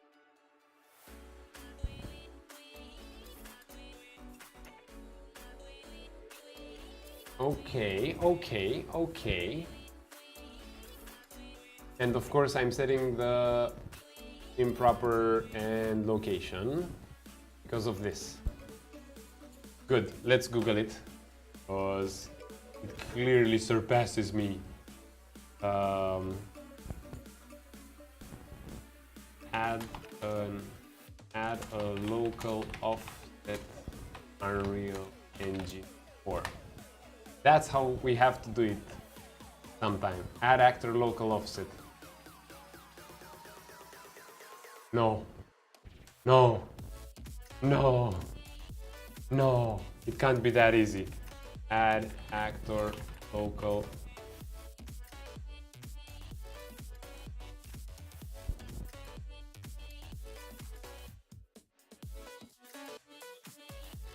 There we have it, folks. Let's try this node. Herder.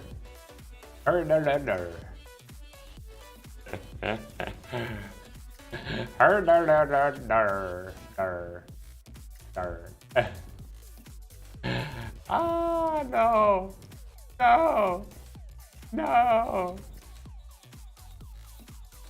Adds a delta to the location of this component in its local reference frame. No.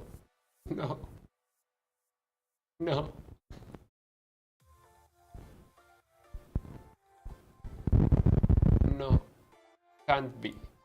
It can't be. Let's try it here on the side. So I just calculate something, I don't even care what, and I just go from there to here. Boom. Next time try the most obvious way. Yeah. Add actor local offset. Wow. For now I just wanted to teleport and I'll worry about the interp later. I'm still not computing everything right here. Oh man, no way.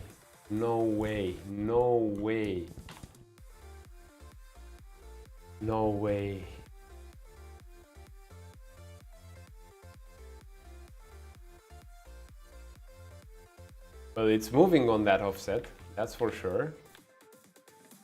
Okay. We're going places.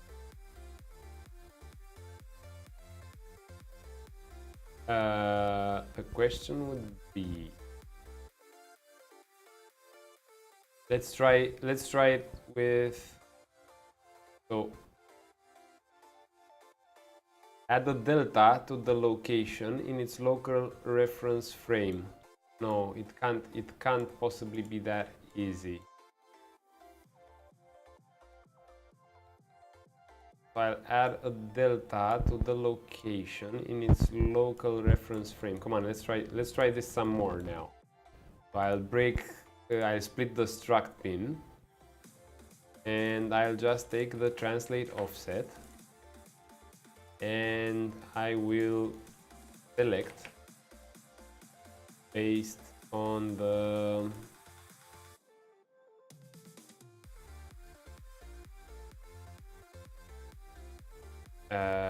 let's see.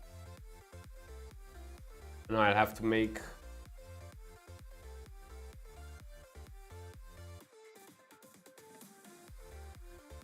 you know what? For now, let's just do it like this because I don't want to add more or nothing yet.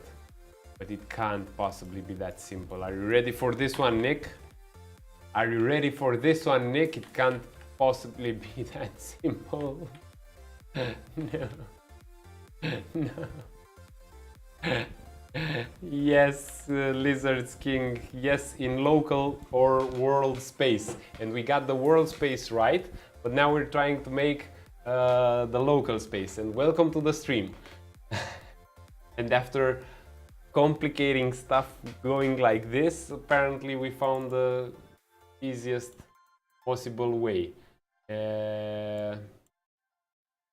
But now the problem is, how do I get this into an interp? But the single question would be, how do I interp this? Let's try to interp like p interp. I'll put it back to recombine. So I'll just get a value, and the current will be get actor location, and the target would be struct pin again, and the delta time and everything. We'll just make it right now. There you go. And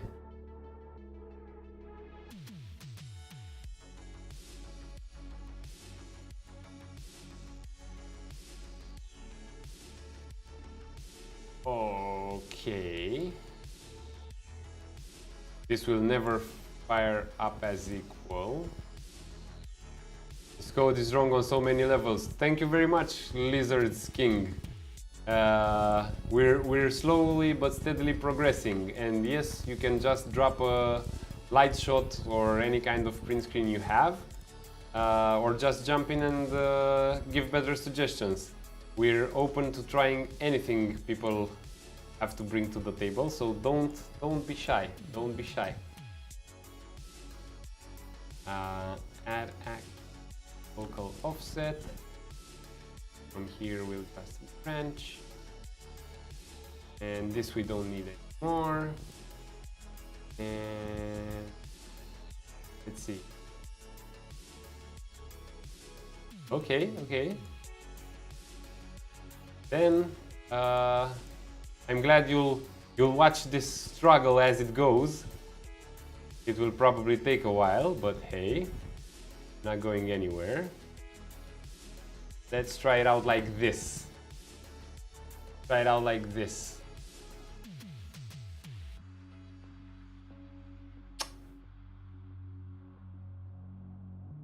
I'm interping from this to this. It should work on the x-axis in local space properly. I think I can plug this back in here, and boom. Let's see how this goes.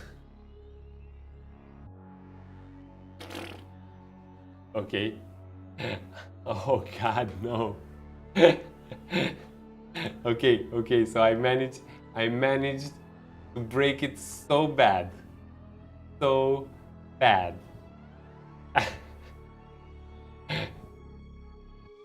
Okay. So the delta location.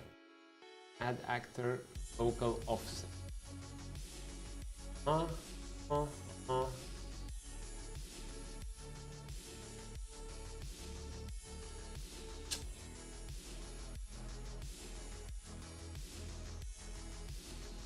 Please.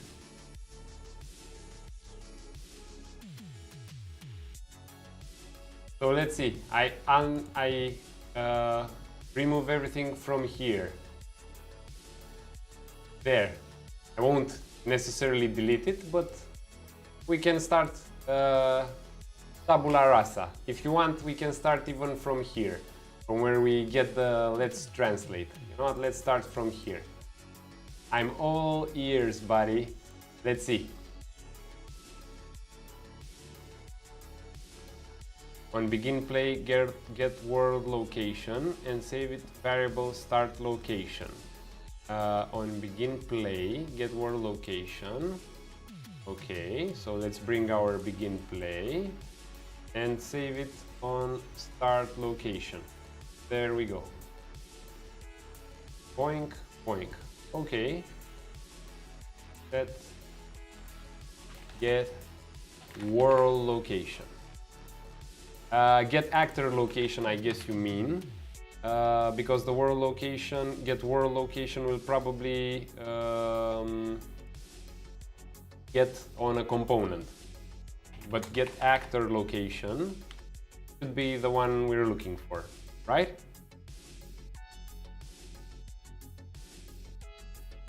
Okay. Yeah, okay, we got this. Now, when we wanted to move, we're receiving this from an event. So we'll just hook into this one for now in the translation pin. This works. We know this works.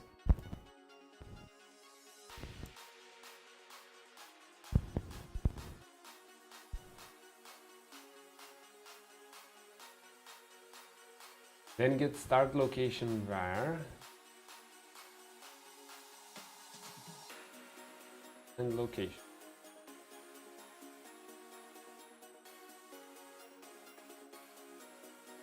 Okay.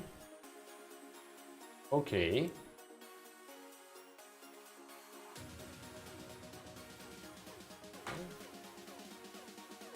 Let's say 100 for now. 100 for now. And set this to end location. End location. Good. Okay. Now what? Because right now we'll move in world coordinates. How do I call events from trigger? From here, from the translation pin. But I can already tell you we're getting the actor location, which will add or subtract in the world. So we're trying to also get any local rotations involved in what we're translating. So this won't work, but we can quickly test it if you want. And events from trigger, you pull a lever and we get from the translation pin. Many Lizard King, many have tried so far. You're like the third one, Arthur. If you would manage to pull the sword out of the stone. Ah, so easy. Oh, yes, okay. And with the timeline, okay. I'm sorry to stop you, but this is something we already tried earlier in the episode. So, nope. Let's go back to our solution, which was kinda half-baked and working, but still working. We have a timeline version as well. That one has other issues, and again, we're still not sorting the local space. For instance, if you want me to clean up the mess I did here and show you really fast how I already made it work, you'll quickly understand what we still have to achieve. But the timeline way, nope, it's not gonna help us in other parts. It doesn't have any issues. Okay, here, let me just show you what we're doing properly, and then we'll see how yours goes. But first, let me show you what we were upgrading already. Maybe this will make it clearer. Let me just break from the start, from the event begin place. Check this out. Timelines are used for temporary ticks. Yeah. So check this out. We have an object that can move on an axis like this, and then I can configure it to move on another axis, right? Like this. I've just changed the axis and now it moves back and forth. And then I have another object which moves on, I set another axis, the vertical, the Z, and now it moves like this. Now, our single problem so far is that we're currently moving the object on the world axis, not the local. So we're trying to calculate a local offset for the object. Of course I can implement it to the end location where I add 001, but how would be the question? Because if I can implement it here in your solution, I can also implement it here in my complex solution where I have the optimization and the back and forth and everything done. So my question would be how to switch from standard world location get forward vector. Okay, get forward vector. We tried using this earlier as well, and it gets direction of x-axis of actor.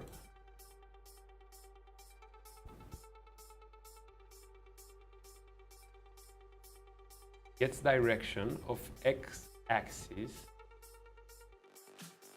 of the actor. Get actor forward vector. Oh no!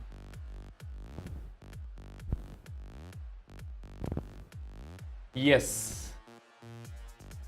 Actually, thank you very much, my friend. This might have been everything I needed to do. Yes. Because I can get the location. No. I'm getting the forward vector. Okay. But then I would like only. Yes. I had it before, but I was doing it wrong. I had it before, but I was doing it wrong. Because indeed, just a multiply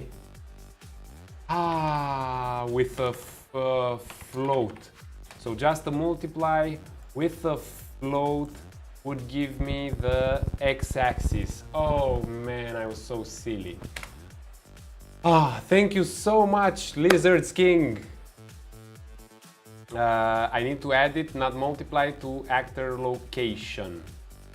Or what happens if I just get the forward vector and I multiply? Okay, yes, because this gives me just a 1. And I multiply it, and then I have to add them together. I need to add it, not multiply. Let's try something here. Let's try something by recombining this pin and then putting this here and this here. Let's try this one, Lizard's King. But man, nice save, my friend.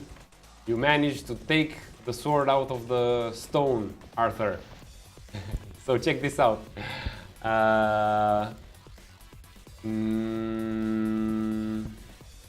Now I just replace actor X position. No, because I'm adding.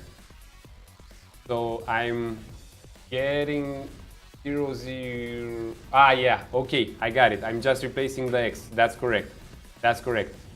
So this gives me the 1 to 0, and to add with the offset. But then the offset would give me something else. If I would just add. So you're saying I get the forward vector and then I add it. So I go like plus float, right? Like this. And then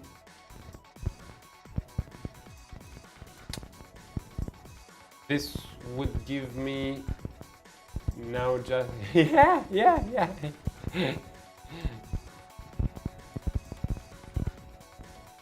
I need to add it, not multiply, to actor location.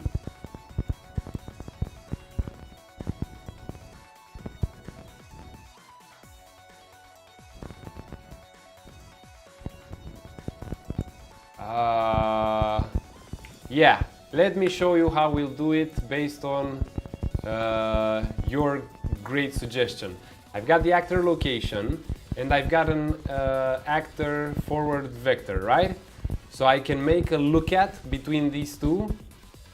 I can make a look at, probably, but no, why should I need a look at? Nah. The forward vector will just give me a 1 in world space. And if I would just math, I know, man, I know. If probably if I would put it on paper, I would not be able to do it anyway. But anyway, your forward vector is good. I'm getting a forward vector, length 1 from this actor in world space. And then I'm multiplying with the offset, so I'm increasing the forward vector, and then I'm adding it to the actor location. So then I would get the local and locate. You know what? Come on, man. Let's compile it and test it out. That's how it works here. That's how we roll. Of course, by setting the axis right when testing, that's also very important, but this might just...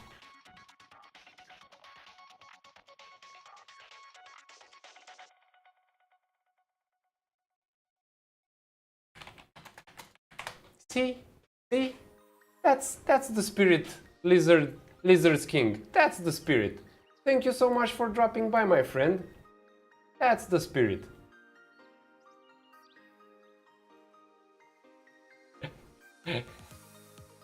You said I need to add it, but I need it to multiply. So let's just assume we both fixed it. But yeah, you definitely, so I will say this out loud and as many times as I need to. If Lizard King were not here, we would have been lost for a bazillion more hours. Because I also visited the forward vector and side vectors and whatnot, but I wasn't looking at them in this way. So now we don't need the forward vector, now we need the get actor right vector, and then we need the get actor up vector, and we'll basically do the same, and we'll just plant it here.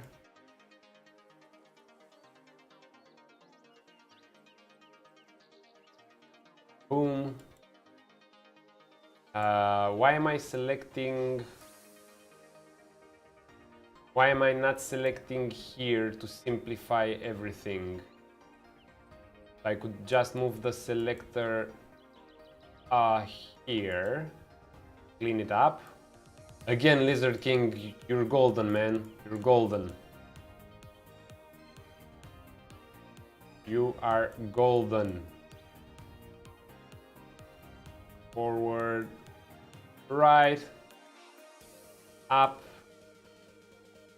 Oh, nice save, nice save. Then the return value will multiply with our offset. We don't need this anymore. Nice and clean. To the actor location.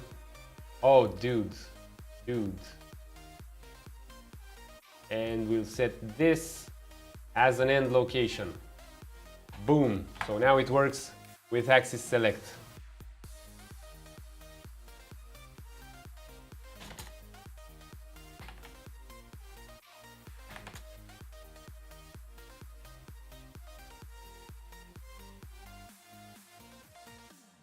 May you lead all the lizards on this planet, Lizard King. You are a worthy king for all the lizards. Heck, I'll even start calling myself a lizard soon. Okay, so now we're doing it right on this axis, blending on timelines, and you can piss out. We did have a version with blending on timelines. However, we'll have a bit more of a hard time controlling the duration.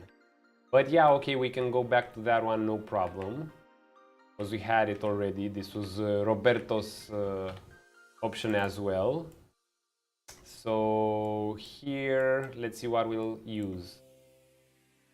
Instead of delta time, let's just move this aside. So Roberto, if you're still here watching this, we're going back to this one. No duration control. Actually, there is some duration control.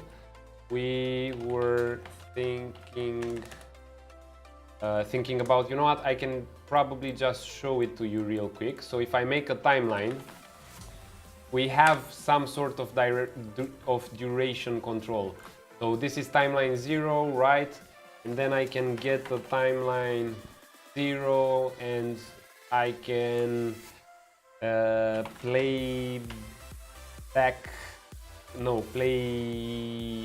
play rate, which technically, if set play rate does what it has to, I can't quite see it because it doesn't have, okay, that's the new play rate. So okay, this is not what you meant. No duration, don't use floats, curves, don't use curves.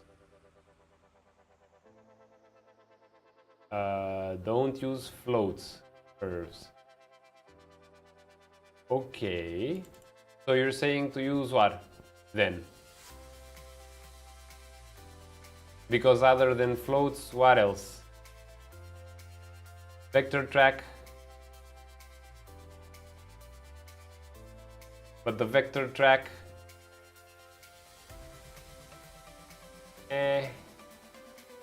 nothing.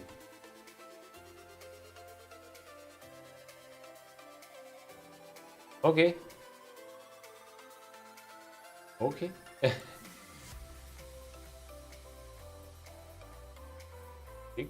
On timeline update. Interpolation. I did intake on timeline update.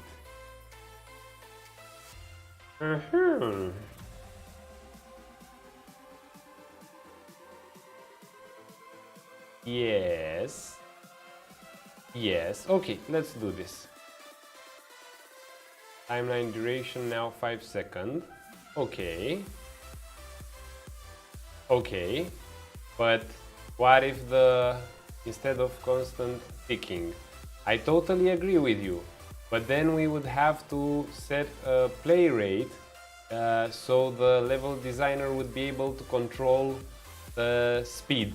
So if he wants 3 seconds instead of 5, or if he wants 20 seconds instead of 5, then we'll have to do a timeline multiplier here with the rate.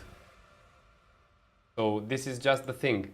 Right now I select it, and because I can use the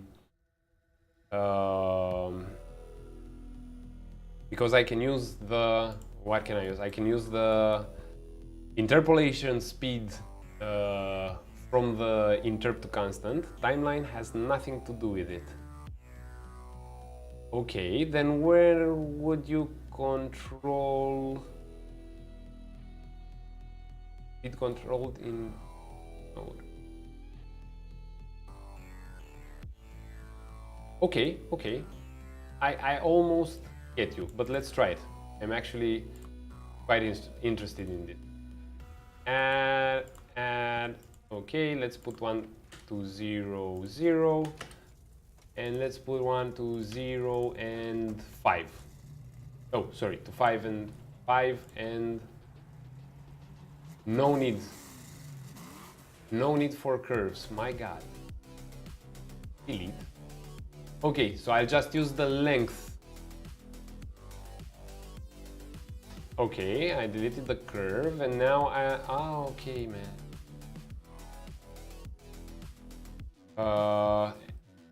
Okay. Okay, I deleted the curve. Move code I have in tick to update node. Code I have in update node. Move code you have in tick to update node. My God, you lost me on this one.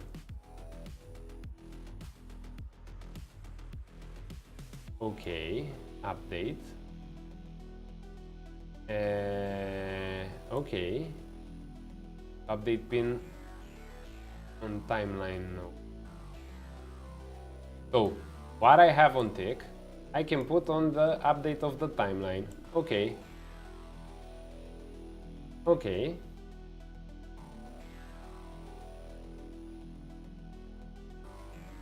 Don't touch it.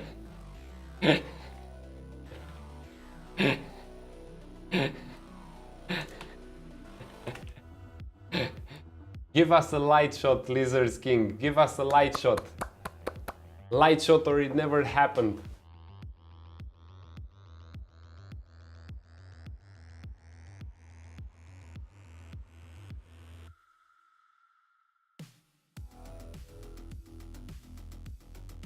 Okay. Okay, so you're saying like update, probably this, set the relative location.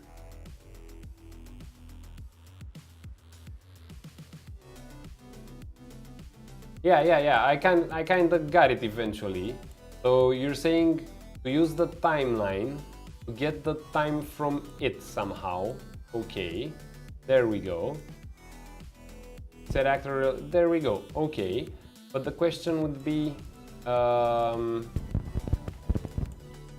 what kind of update does the timeline give me, which is, and why is it better than the tick? So that would be like the only question. Okay, we probably won't need this one too.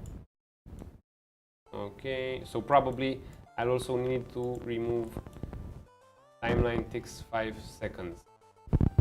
Ticks always. Ticks tick always.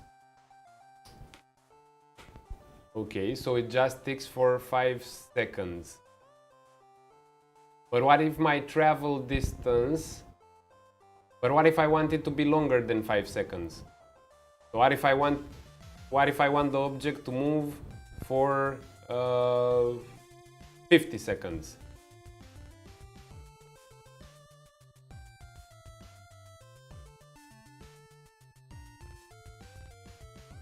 Exactly.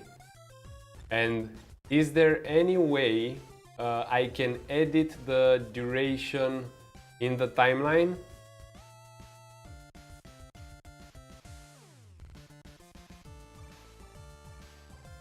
Yes, but we don't. That's the thing why I didn't want to use the timeline in the first place, because we don't.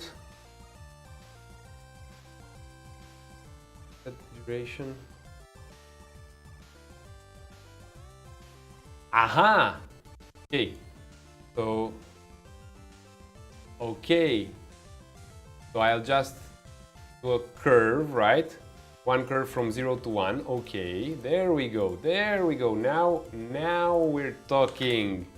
So I can set duration to last keyframe. Okay. So I can do time 0 value 0, time 1 value 1. I can make it length 1. This should be good.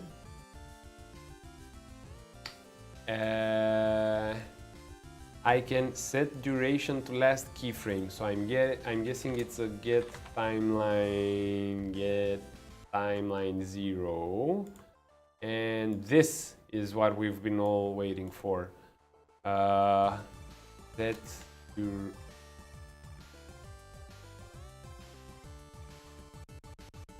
Then I can control it with play rate.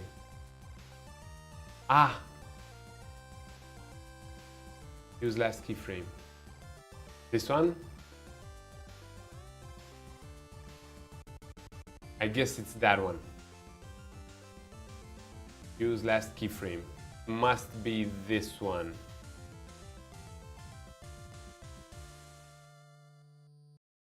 Ah, okay, got it. Because now it uses this.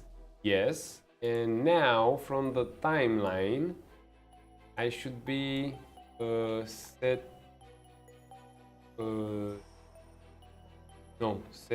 key key duration. How do I access it, or how do I... Oh, now I can scale it. Now I can scale it. Yep. So it would be set play rate. Okay, there we go. New rate should be... Okay.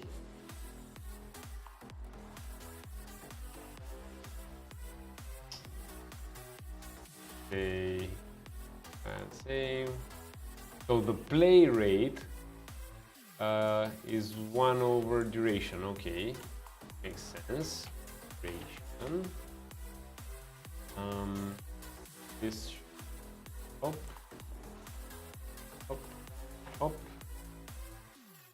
Float by float. This up. Rate. Duration. Default value. Duration. Give me something. 5. 1 over 5. The new rate. Then I'll first go in the set the play rate. Then I'll go into play from start on this one.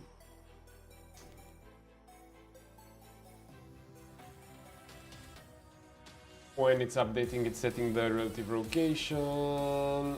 Here it's going on this one, and the interrupt speed, let's keep it to a clean, whatever, 50 for now as a default. And location is the actor.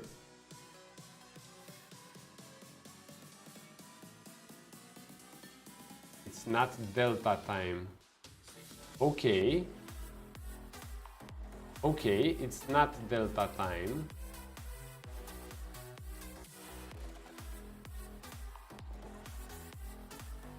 Delta time goes from tick.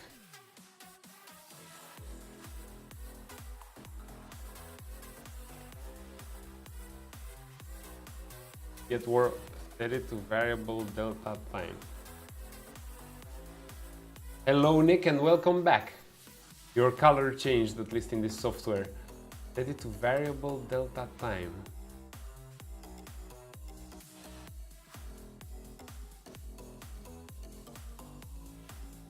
Okay, I think I did. So the get world delta seconds. Tick in actor can be different. World delta ticks.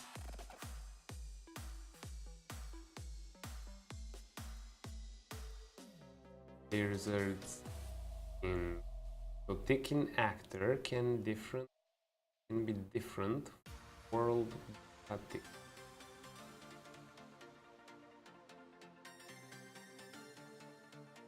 Okay, so you want the tick event, this one, and you want us to get this delta time. Okay, variable. Okay. Okay, for now, and every tick set it. Okay, for now, let's just use it without the variable in the delta time. Right? Or the like this. And oh, I get it, because you want us to go and do it every 0 point something maybe, but it's not the case here. Yeah, for now it's the same. We're not using it in more than one place. Okay. Up. Variable just for easier access.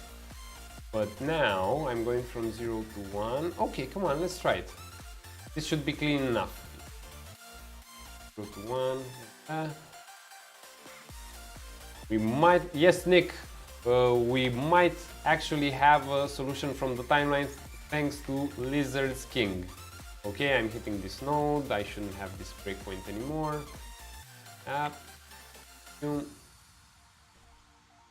Okay. Something went down here. It won't work. Why won't it work? It kinda does work. So at least it's going in one direction now. As long as I'm updating.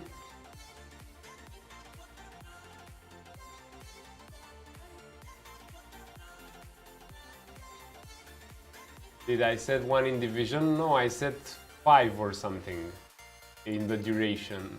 Okay. 1. Now it will work.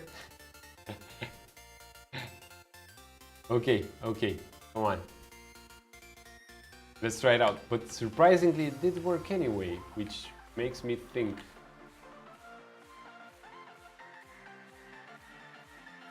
No. It's not Dr. Blueprints, but Lizard's King also knows his stuff really well. Really well. Okay.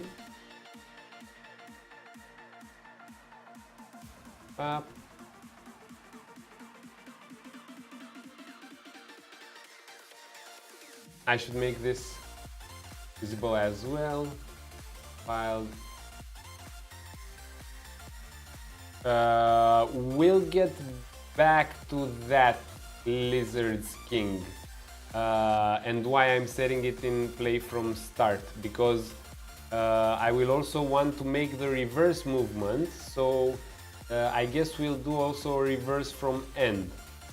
So we'll probably do something like this for one version of setting the end location. Yes, for reversing. Yes, for reversing, but put it in reverse. Not reverse from end. Okay, so you're saying play here.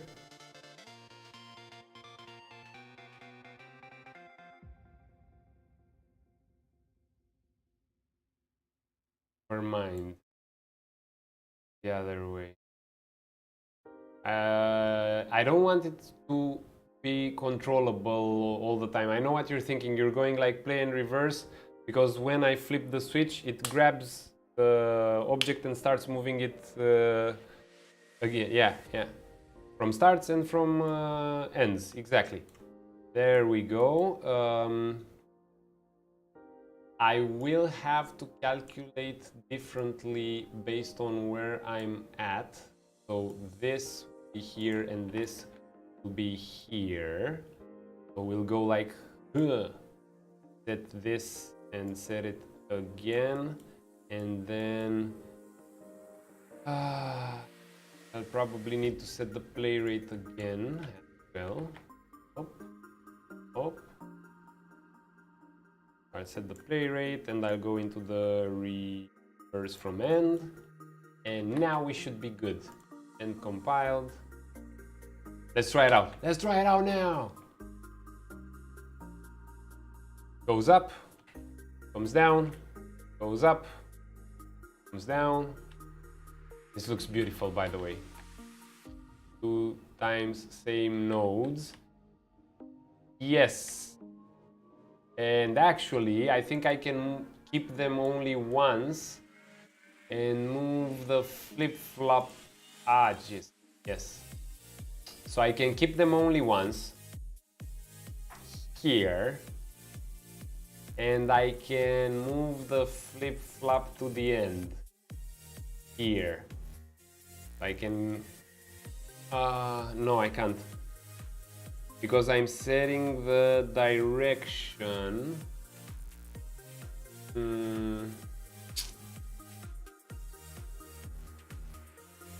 Okay.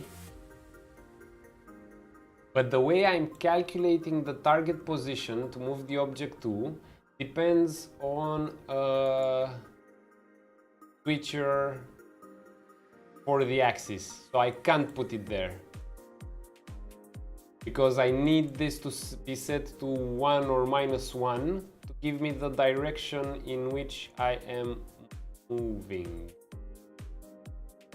Which is kind of silly if I think about it, because right now I can only do it by applying the offset and going in reverse. So I don't need the switcher anymore. I can just put in the offset. I can just put in the offset. And now I don't need to set the switcher probably. I would just need the flip-flop. And I would move the flip-flop here and do this to simplify everything exactly like you selected. So it's play from start and it's reverse from end.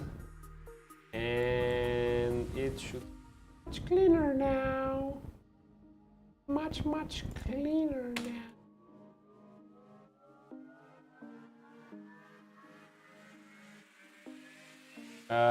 I don't need the switcher, I need the flip-flop now.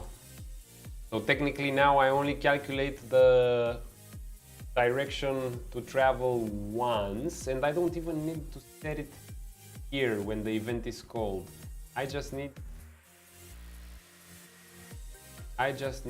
to maybe set the speed, because I'm not changing those at runtime, and this could be on begin play.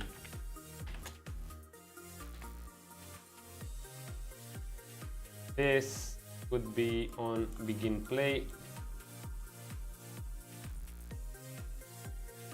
Up, filed again. It should still work, but heavily simplified. It's not coming back. Why am I not coming back?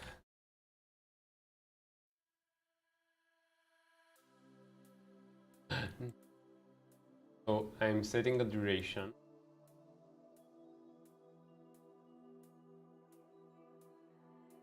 Jesus. Yeah, because I'm using the get actor location here when I could just use the set starting locations. Up. I can do this, set it here. So come on, calculates target position, should be, then begin play, then setting the start location by getting the object's position, then setting the end location by actually getting the start location in the fancy math we were doing. And now we get all of this nice and clean. Come on. And we're set, and we compile this. And then the start location with here instead of get actor location. Okay.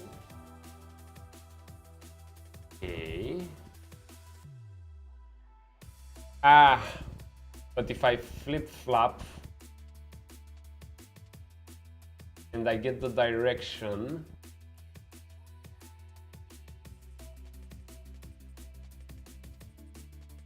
okay, so I probably won't need this anymore. And if I flip-flop and I get the direction, select. Let's try a select. So if I'm going forward, I'll probably have to do two of them. Yeah. I'm going forward. I'm going backward. turn. And I'll do another one just like this. So select by direction and flip start in the exactly. Forward and nope, this should be forward and backward and should be target. And we should get the direction. And we're set. There we go. Nice and clean. Now the funny thing is this simplified a lot the logic, but yeah, at least for me it was a brain freeze. Okay, so come on, let's try it one more time. One more time.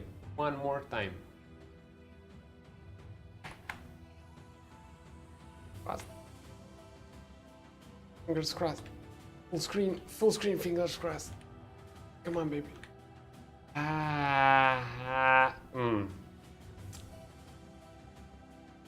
It did jitter for a while. That's nice. Now it went there. Okay, that's nice. Now it went here.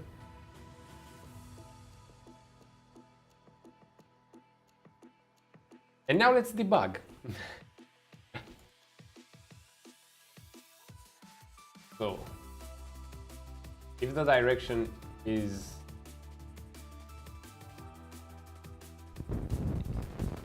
yeah. X.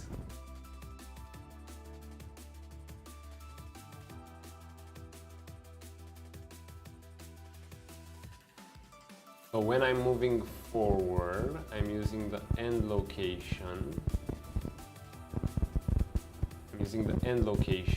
And the start location. And when I'm moving backward, I'm using the end location, start location. Remove speed multiplier. Okay. And let's set the interp to 1. Put duration var in. Okay.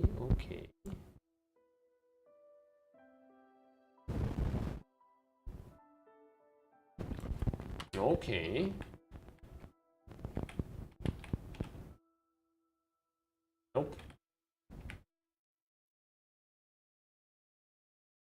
Nope.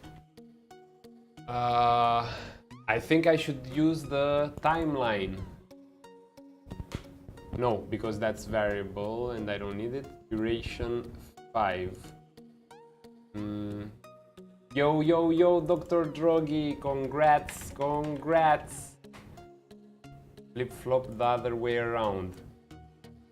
Oh man, that would be so silly. But that would be also so accurate. Oh man, that would be so silly. So if I'm moving forward, yeah, you're right. If I'm moving forward, I should move from start location.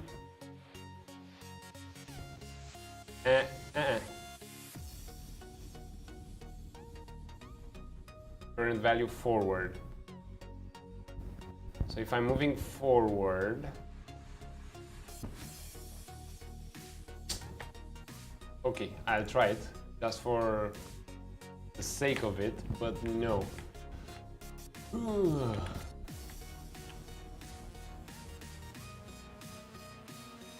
It kinda works, kinda. At least now we get the positions, but no.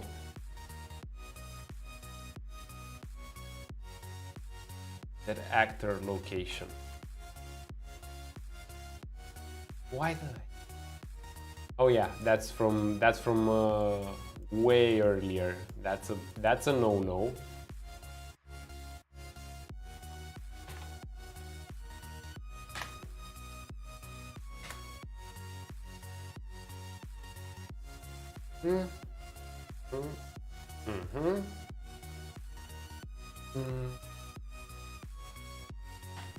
Watch it, Lizards King. We're trying to be a family-friendly stream.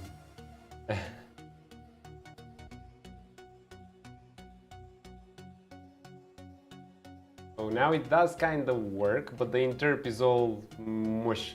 We switched, Dr. Drogi, we switched to timeline thanks to Lizard's King, who helped us a lot. It's a much simpler version of what we had earlier, much cleaner. But right now we're just trying to sort out the last. Whoops. We're now just trying to sort out the last details about getting the v-interp working right. But I think we'll get it pretty soon. There, so now it's much cleaner. Set it to 3 creation. It's 5, but okay. If you want us to try with 3, but it's 5. Yeah. 1 over duration. We set the play rate, and then we flip-flop play from start or reverse from end. Then we set the actor location. We get the delta time from tick.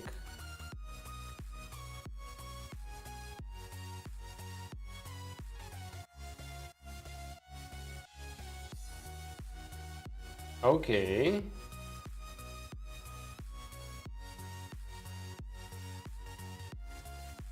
Okay, but lerping with this bad boys.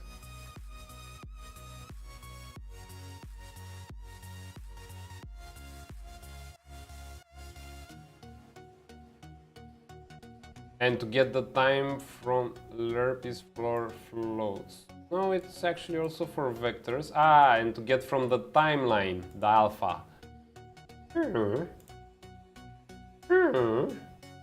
Dr. Drogi, you might have saved us. So if I'm going forward... so if I'm going forward... I'm using the start loop. You might have saved us. You might have saved us from using the tick altogether, Dr. Drogi. Oh wow. Oh wow. Okay.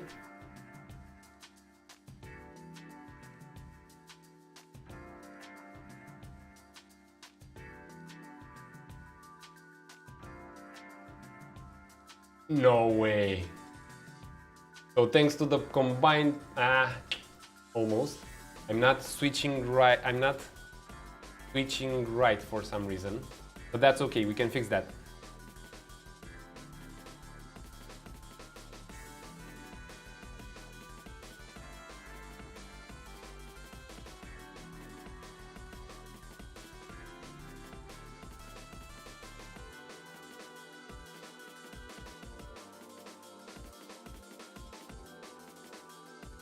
What, you want now to return back? Yes, yes, and we're doing the flip-flop in play from start or reverse from end, but the direction isn't, so I'm getting the direction.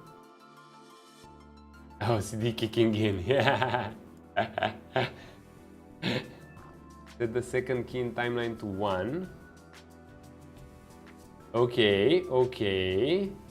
The second key in the timeline is set to 1, but it is set to 1, so it's not this one, this one. It's the fact that I feel like I'm not getting the direction right. It was 1.01, what? No way. Come on, man, it's 1. Okay.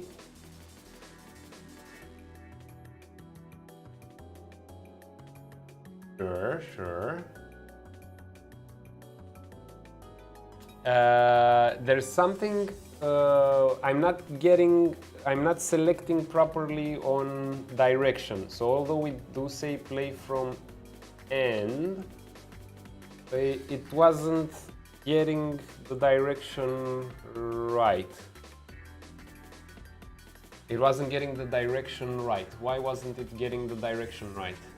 Wasn't getting the direction right because I'm using the rubber battery method, which is just like the rubber ducky, but I don't have a ducky on my keyboard.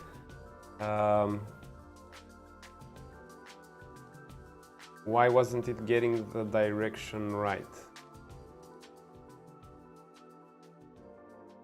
It wasn't getting... With lerp? Yeah, they seem to be correct. They seem to be correct. I just want to check the start part here. So if the object type is of type translation, from the event, it goes from translation. One more time, says Lizard King.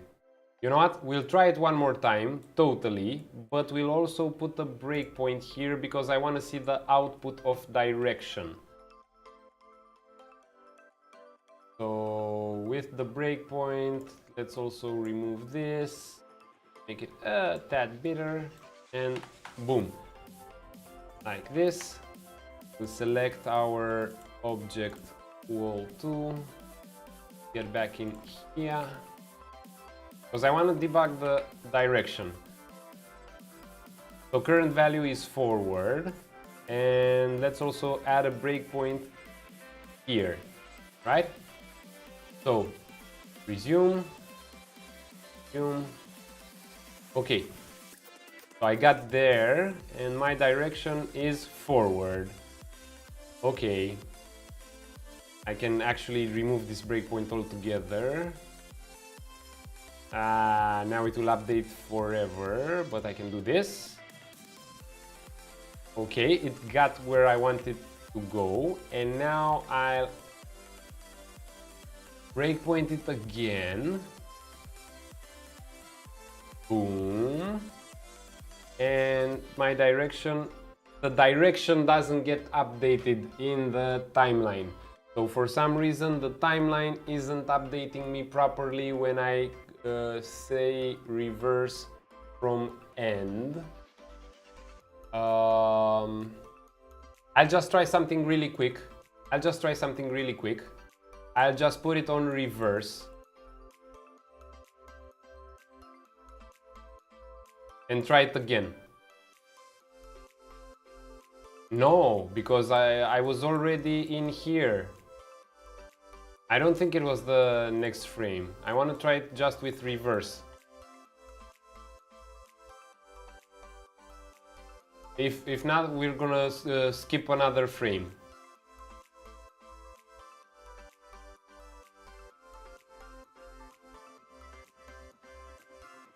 Okay, let's skip another frame. Now he can find you and ask you all about blueprints. Okay, so it wasn't that. What? First from... Ah! A neighbor! Dr. Drogi, we have a neighbor.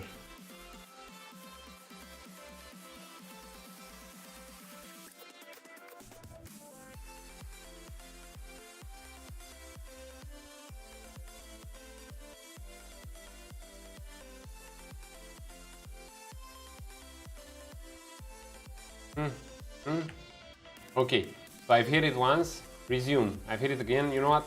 I'll just go a few more frames into it.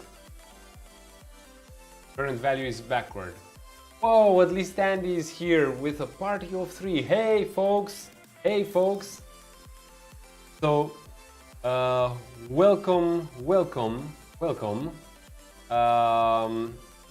to a very complicated episode. You're just in time. I'm learning live on stream from Lizard King and Dr. Drogi how to optimize a silly blueprint I was doing. And Dr. Drogi is just asking me, why am I changing direction with timeline?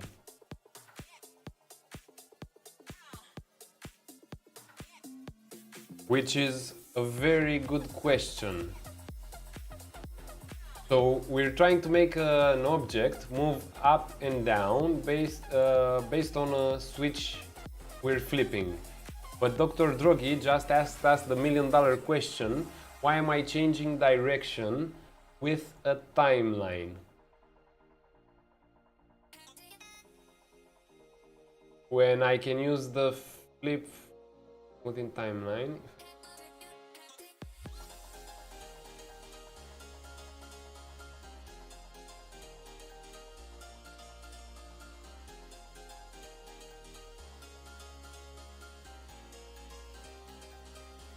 I can do it smooth in timeline, yes. If I do play in reverse. That's a very good argument, Lizard's King. That's why I'm also trying to save this. But the problem I have...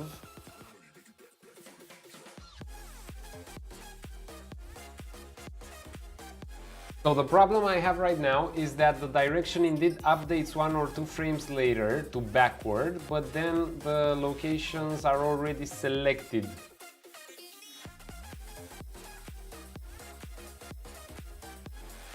Actually, I can't because I do the play and reverse.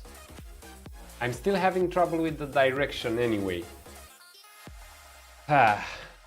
So, at least Andy, you brought the party at a very tense time. I'm actually bashing my brains to figure out what's going on, and Lizard's King and Dr. Drogi seem to know what's going on. I'm just trying to understand their advanced form of communication. Okay. Does it work? What happens when I click? Yeah, okay. Tell when you trigger. Yeah. So it was just what you said, Lizard's King. The problem is the update on direction happens 1 frame after it enters in the update. So if it happens 1 frame after it enters in the update, oh come on, we can remove it now. Resume, right? So it went up. So now we put the breakpoint back on and we pull again on this. So I entered the set actor location already because I've hit the breakpoint.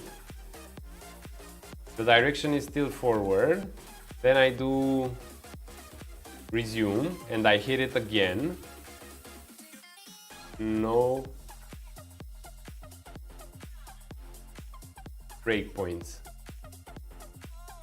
Okay, the direction changed. At least that's good.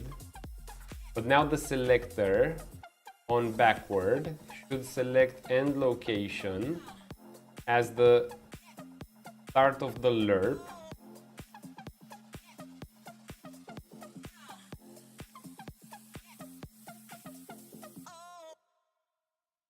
Oh no! Oh no! Lizard's King, we're doing a double positive, Lizard's King. Lizard's King, we're doing a double positive, my friend.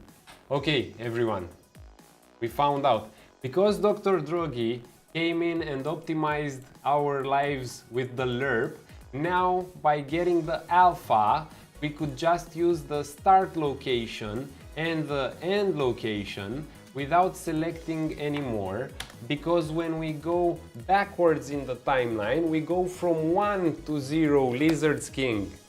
So that's the thing we were doing.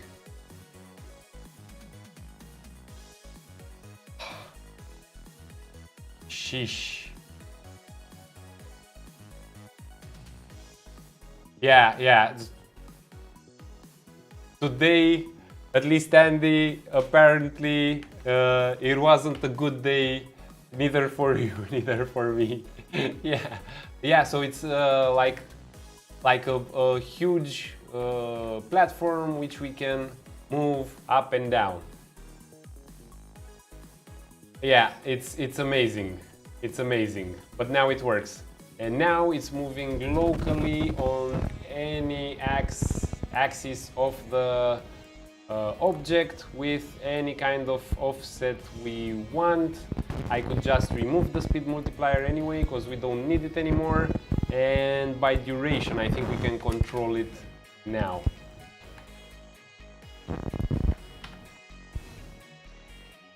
Come on. Yes, vegan. Yeah, so see, now it's moving smooth and everything's cool. Oh, wow. There's no one node left from code it was when you got here. Yes, Lizard King. Indeed. Indeed, it's much cleaner now. You know what? We can move this, calculate the target position. We can move it here, moving the object back and forth. We can remove that comment altogether, and we can put the movement here, nice and clean. Wow.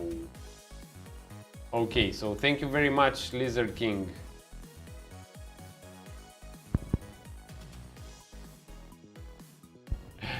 Yeah. Exactly. Amazing. Man, this is super simple now. There we go, nice and compact. Beautiful. Bravo, Lizard's King, bravo. Okay, so now we can customize it, a little bit of variable cleanup here and there, because we need to do it. What do we need to do? We need to remove the speed multiplier. Let's just find references, no references, so we don't need this one, delete it. Feature for Z-axis. Yes, that's how it usually happens. Didn't need it, so delete it again. Object type, no. Start location and then location. Axis select, we need it. Negative.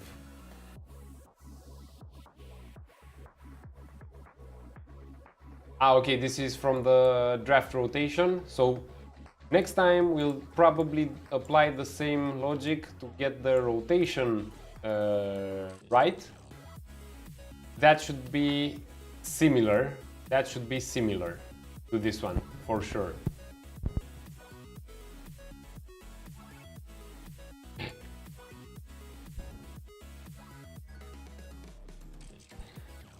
Okay, so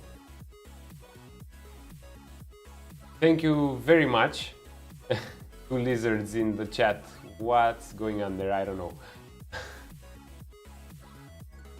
But watch the language, please. Watch the language. We're trying to stay in the family-friendly neighborhood. The complexity has driven him mad. Yes. Yeah, that's probably it. Oh gosh. Okay, so thank you everyone, folks. Let's see what we have. Just thank you, especially Lizard's King, of any color he wants to be. He's probably turning rainbow after everything he did. Them they, vegan burrito, them they. Okay, so now we have an object which we can edit and move on any axis we want. Probably tomorrow we'll do the rotation, and we'll switch the project to work only with dynamic lighting, because right now I'm pretty sure it's still set up by default to use the static settings, and we don't need that. So we'd rather go with dynamic lighting because we'll have large objects in the world moving any way we want them to, so dynamic lights for the win, probably. Saves us a lot of headache. All colors. Okay, so we have an object, we can control the duration in which it travels. Thanks to Lizard's King, I cannot give enough credit to what this man has done, or this woman, I don't know. Or this, them, they. I don't know how you want to identify Lizard's King, and it's not my problem anyway.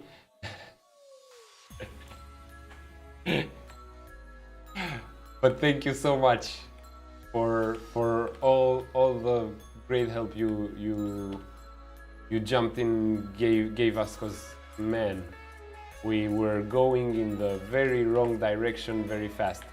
And actually, now we have to show this to Roberto. because he was also suggesting the same thing with the timeline. So I will grab a print screen and put it in the Discord channel. Jump right in if you want to.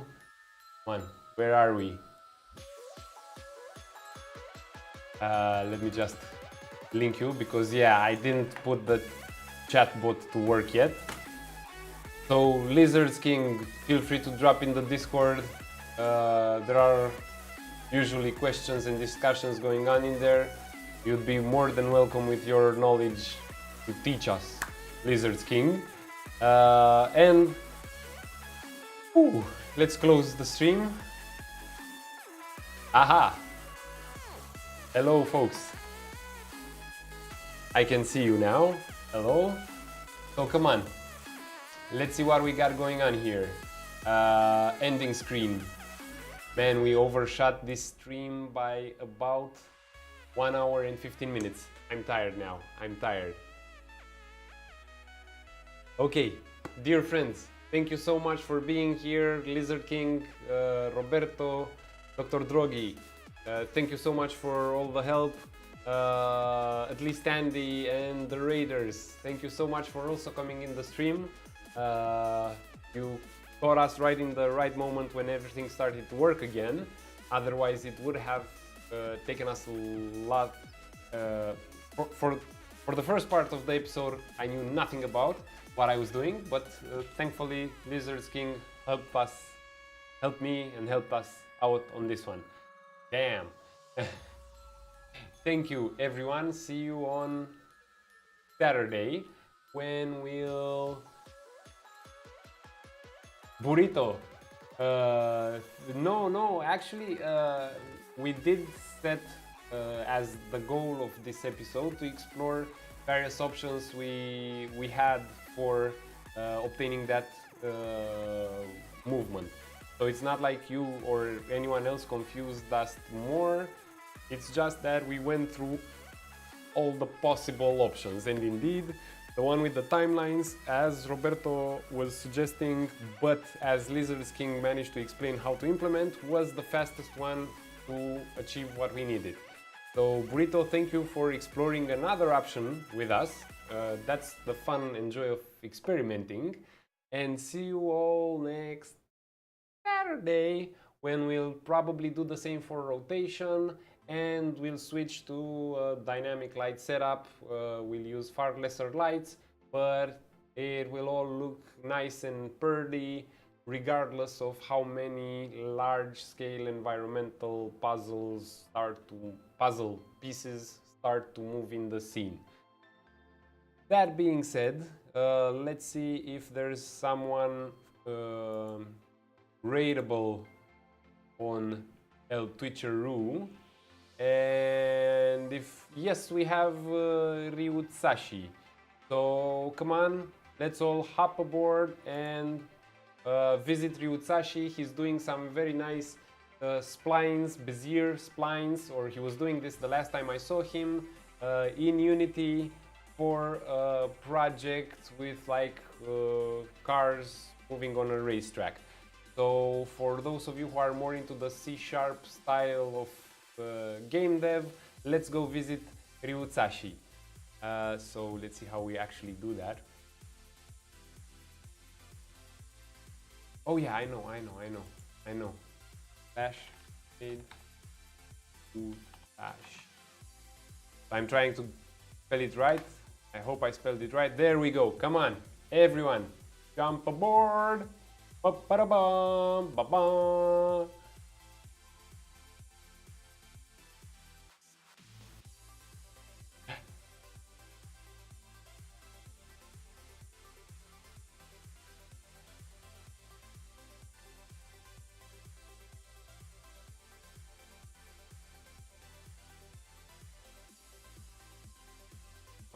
Come on, everyone.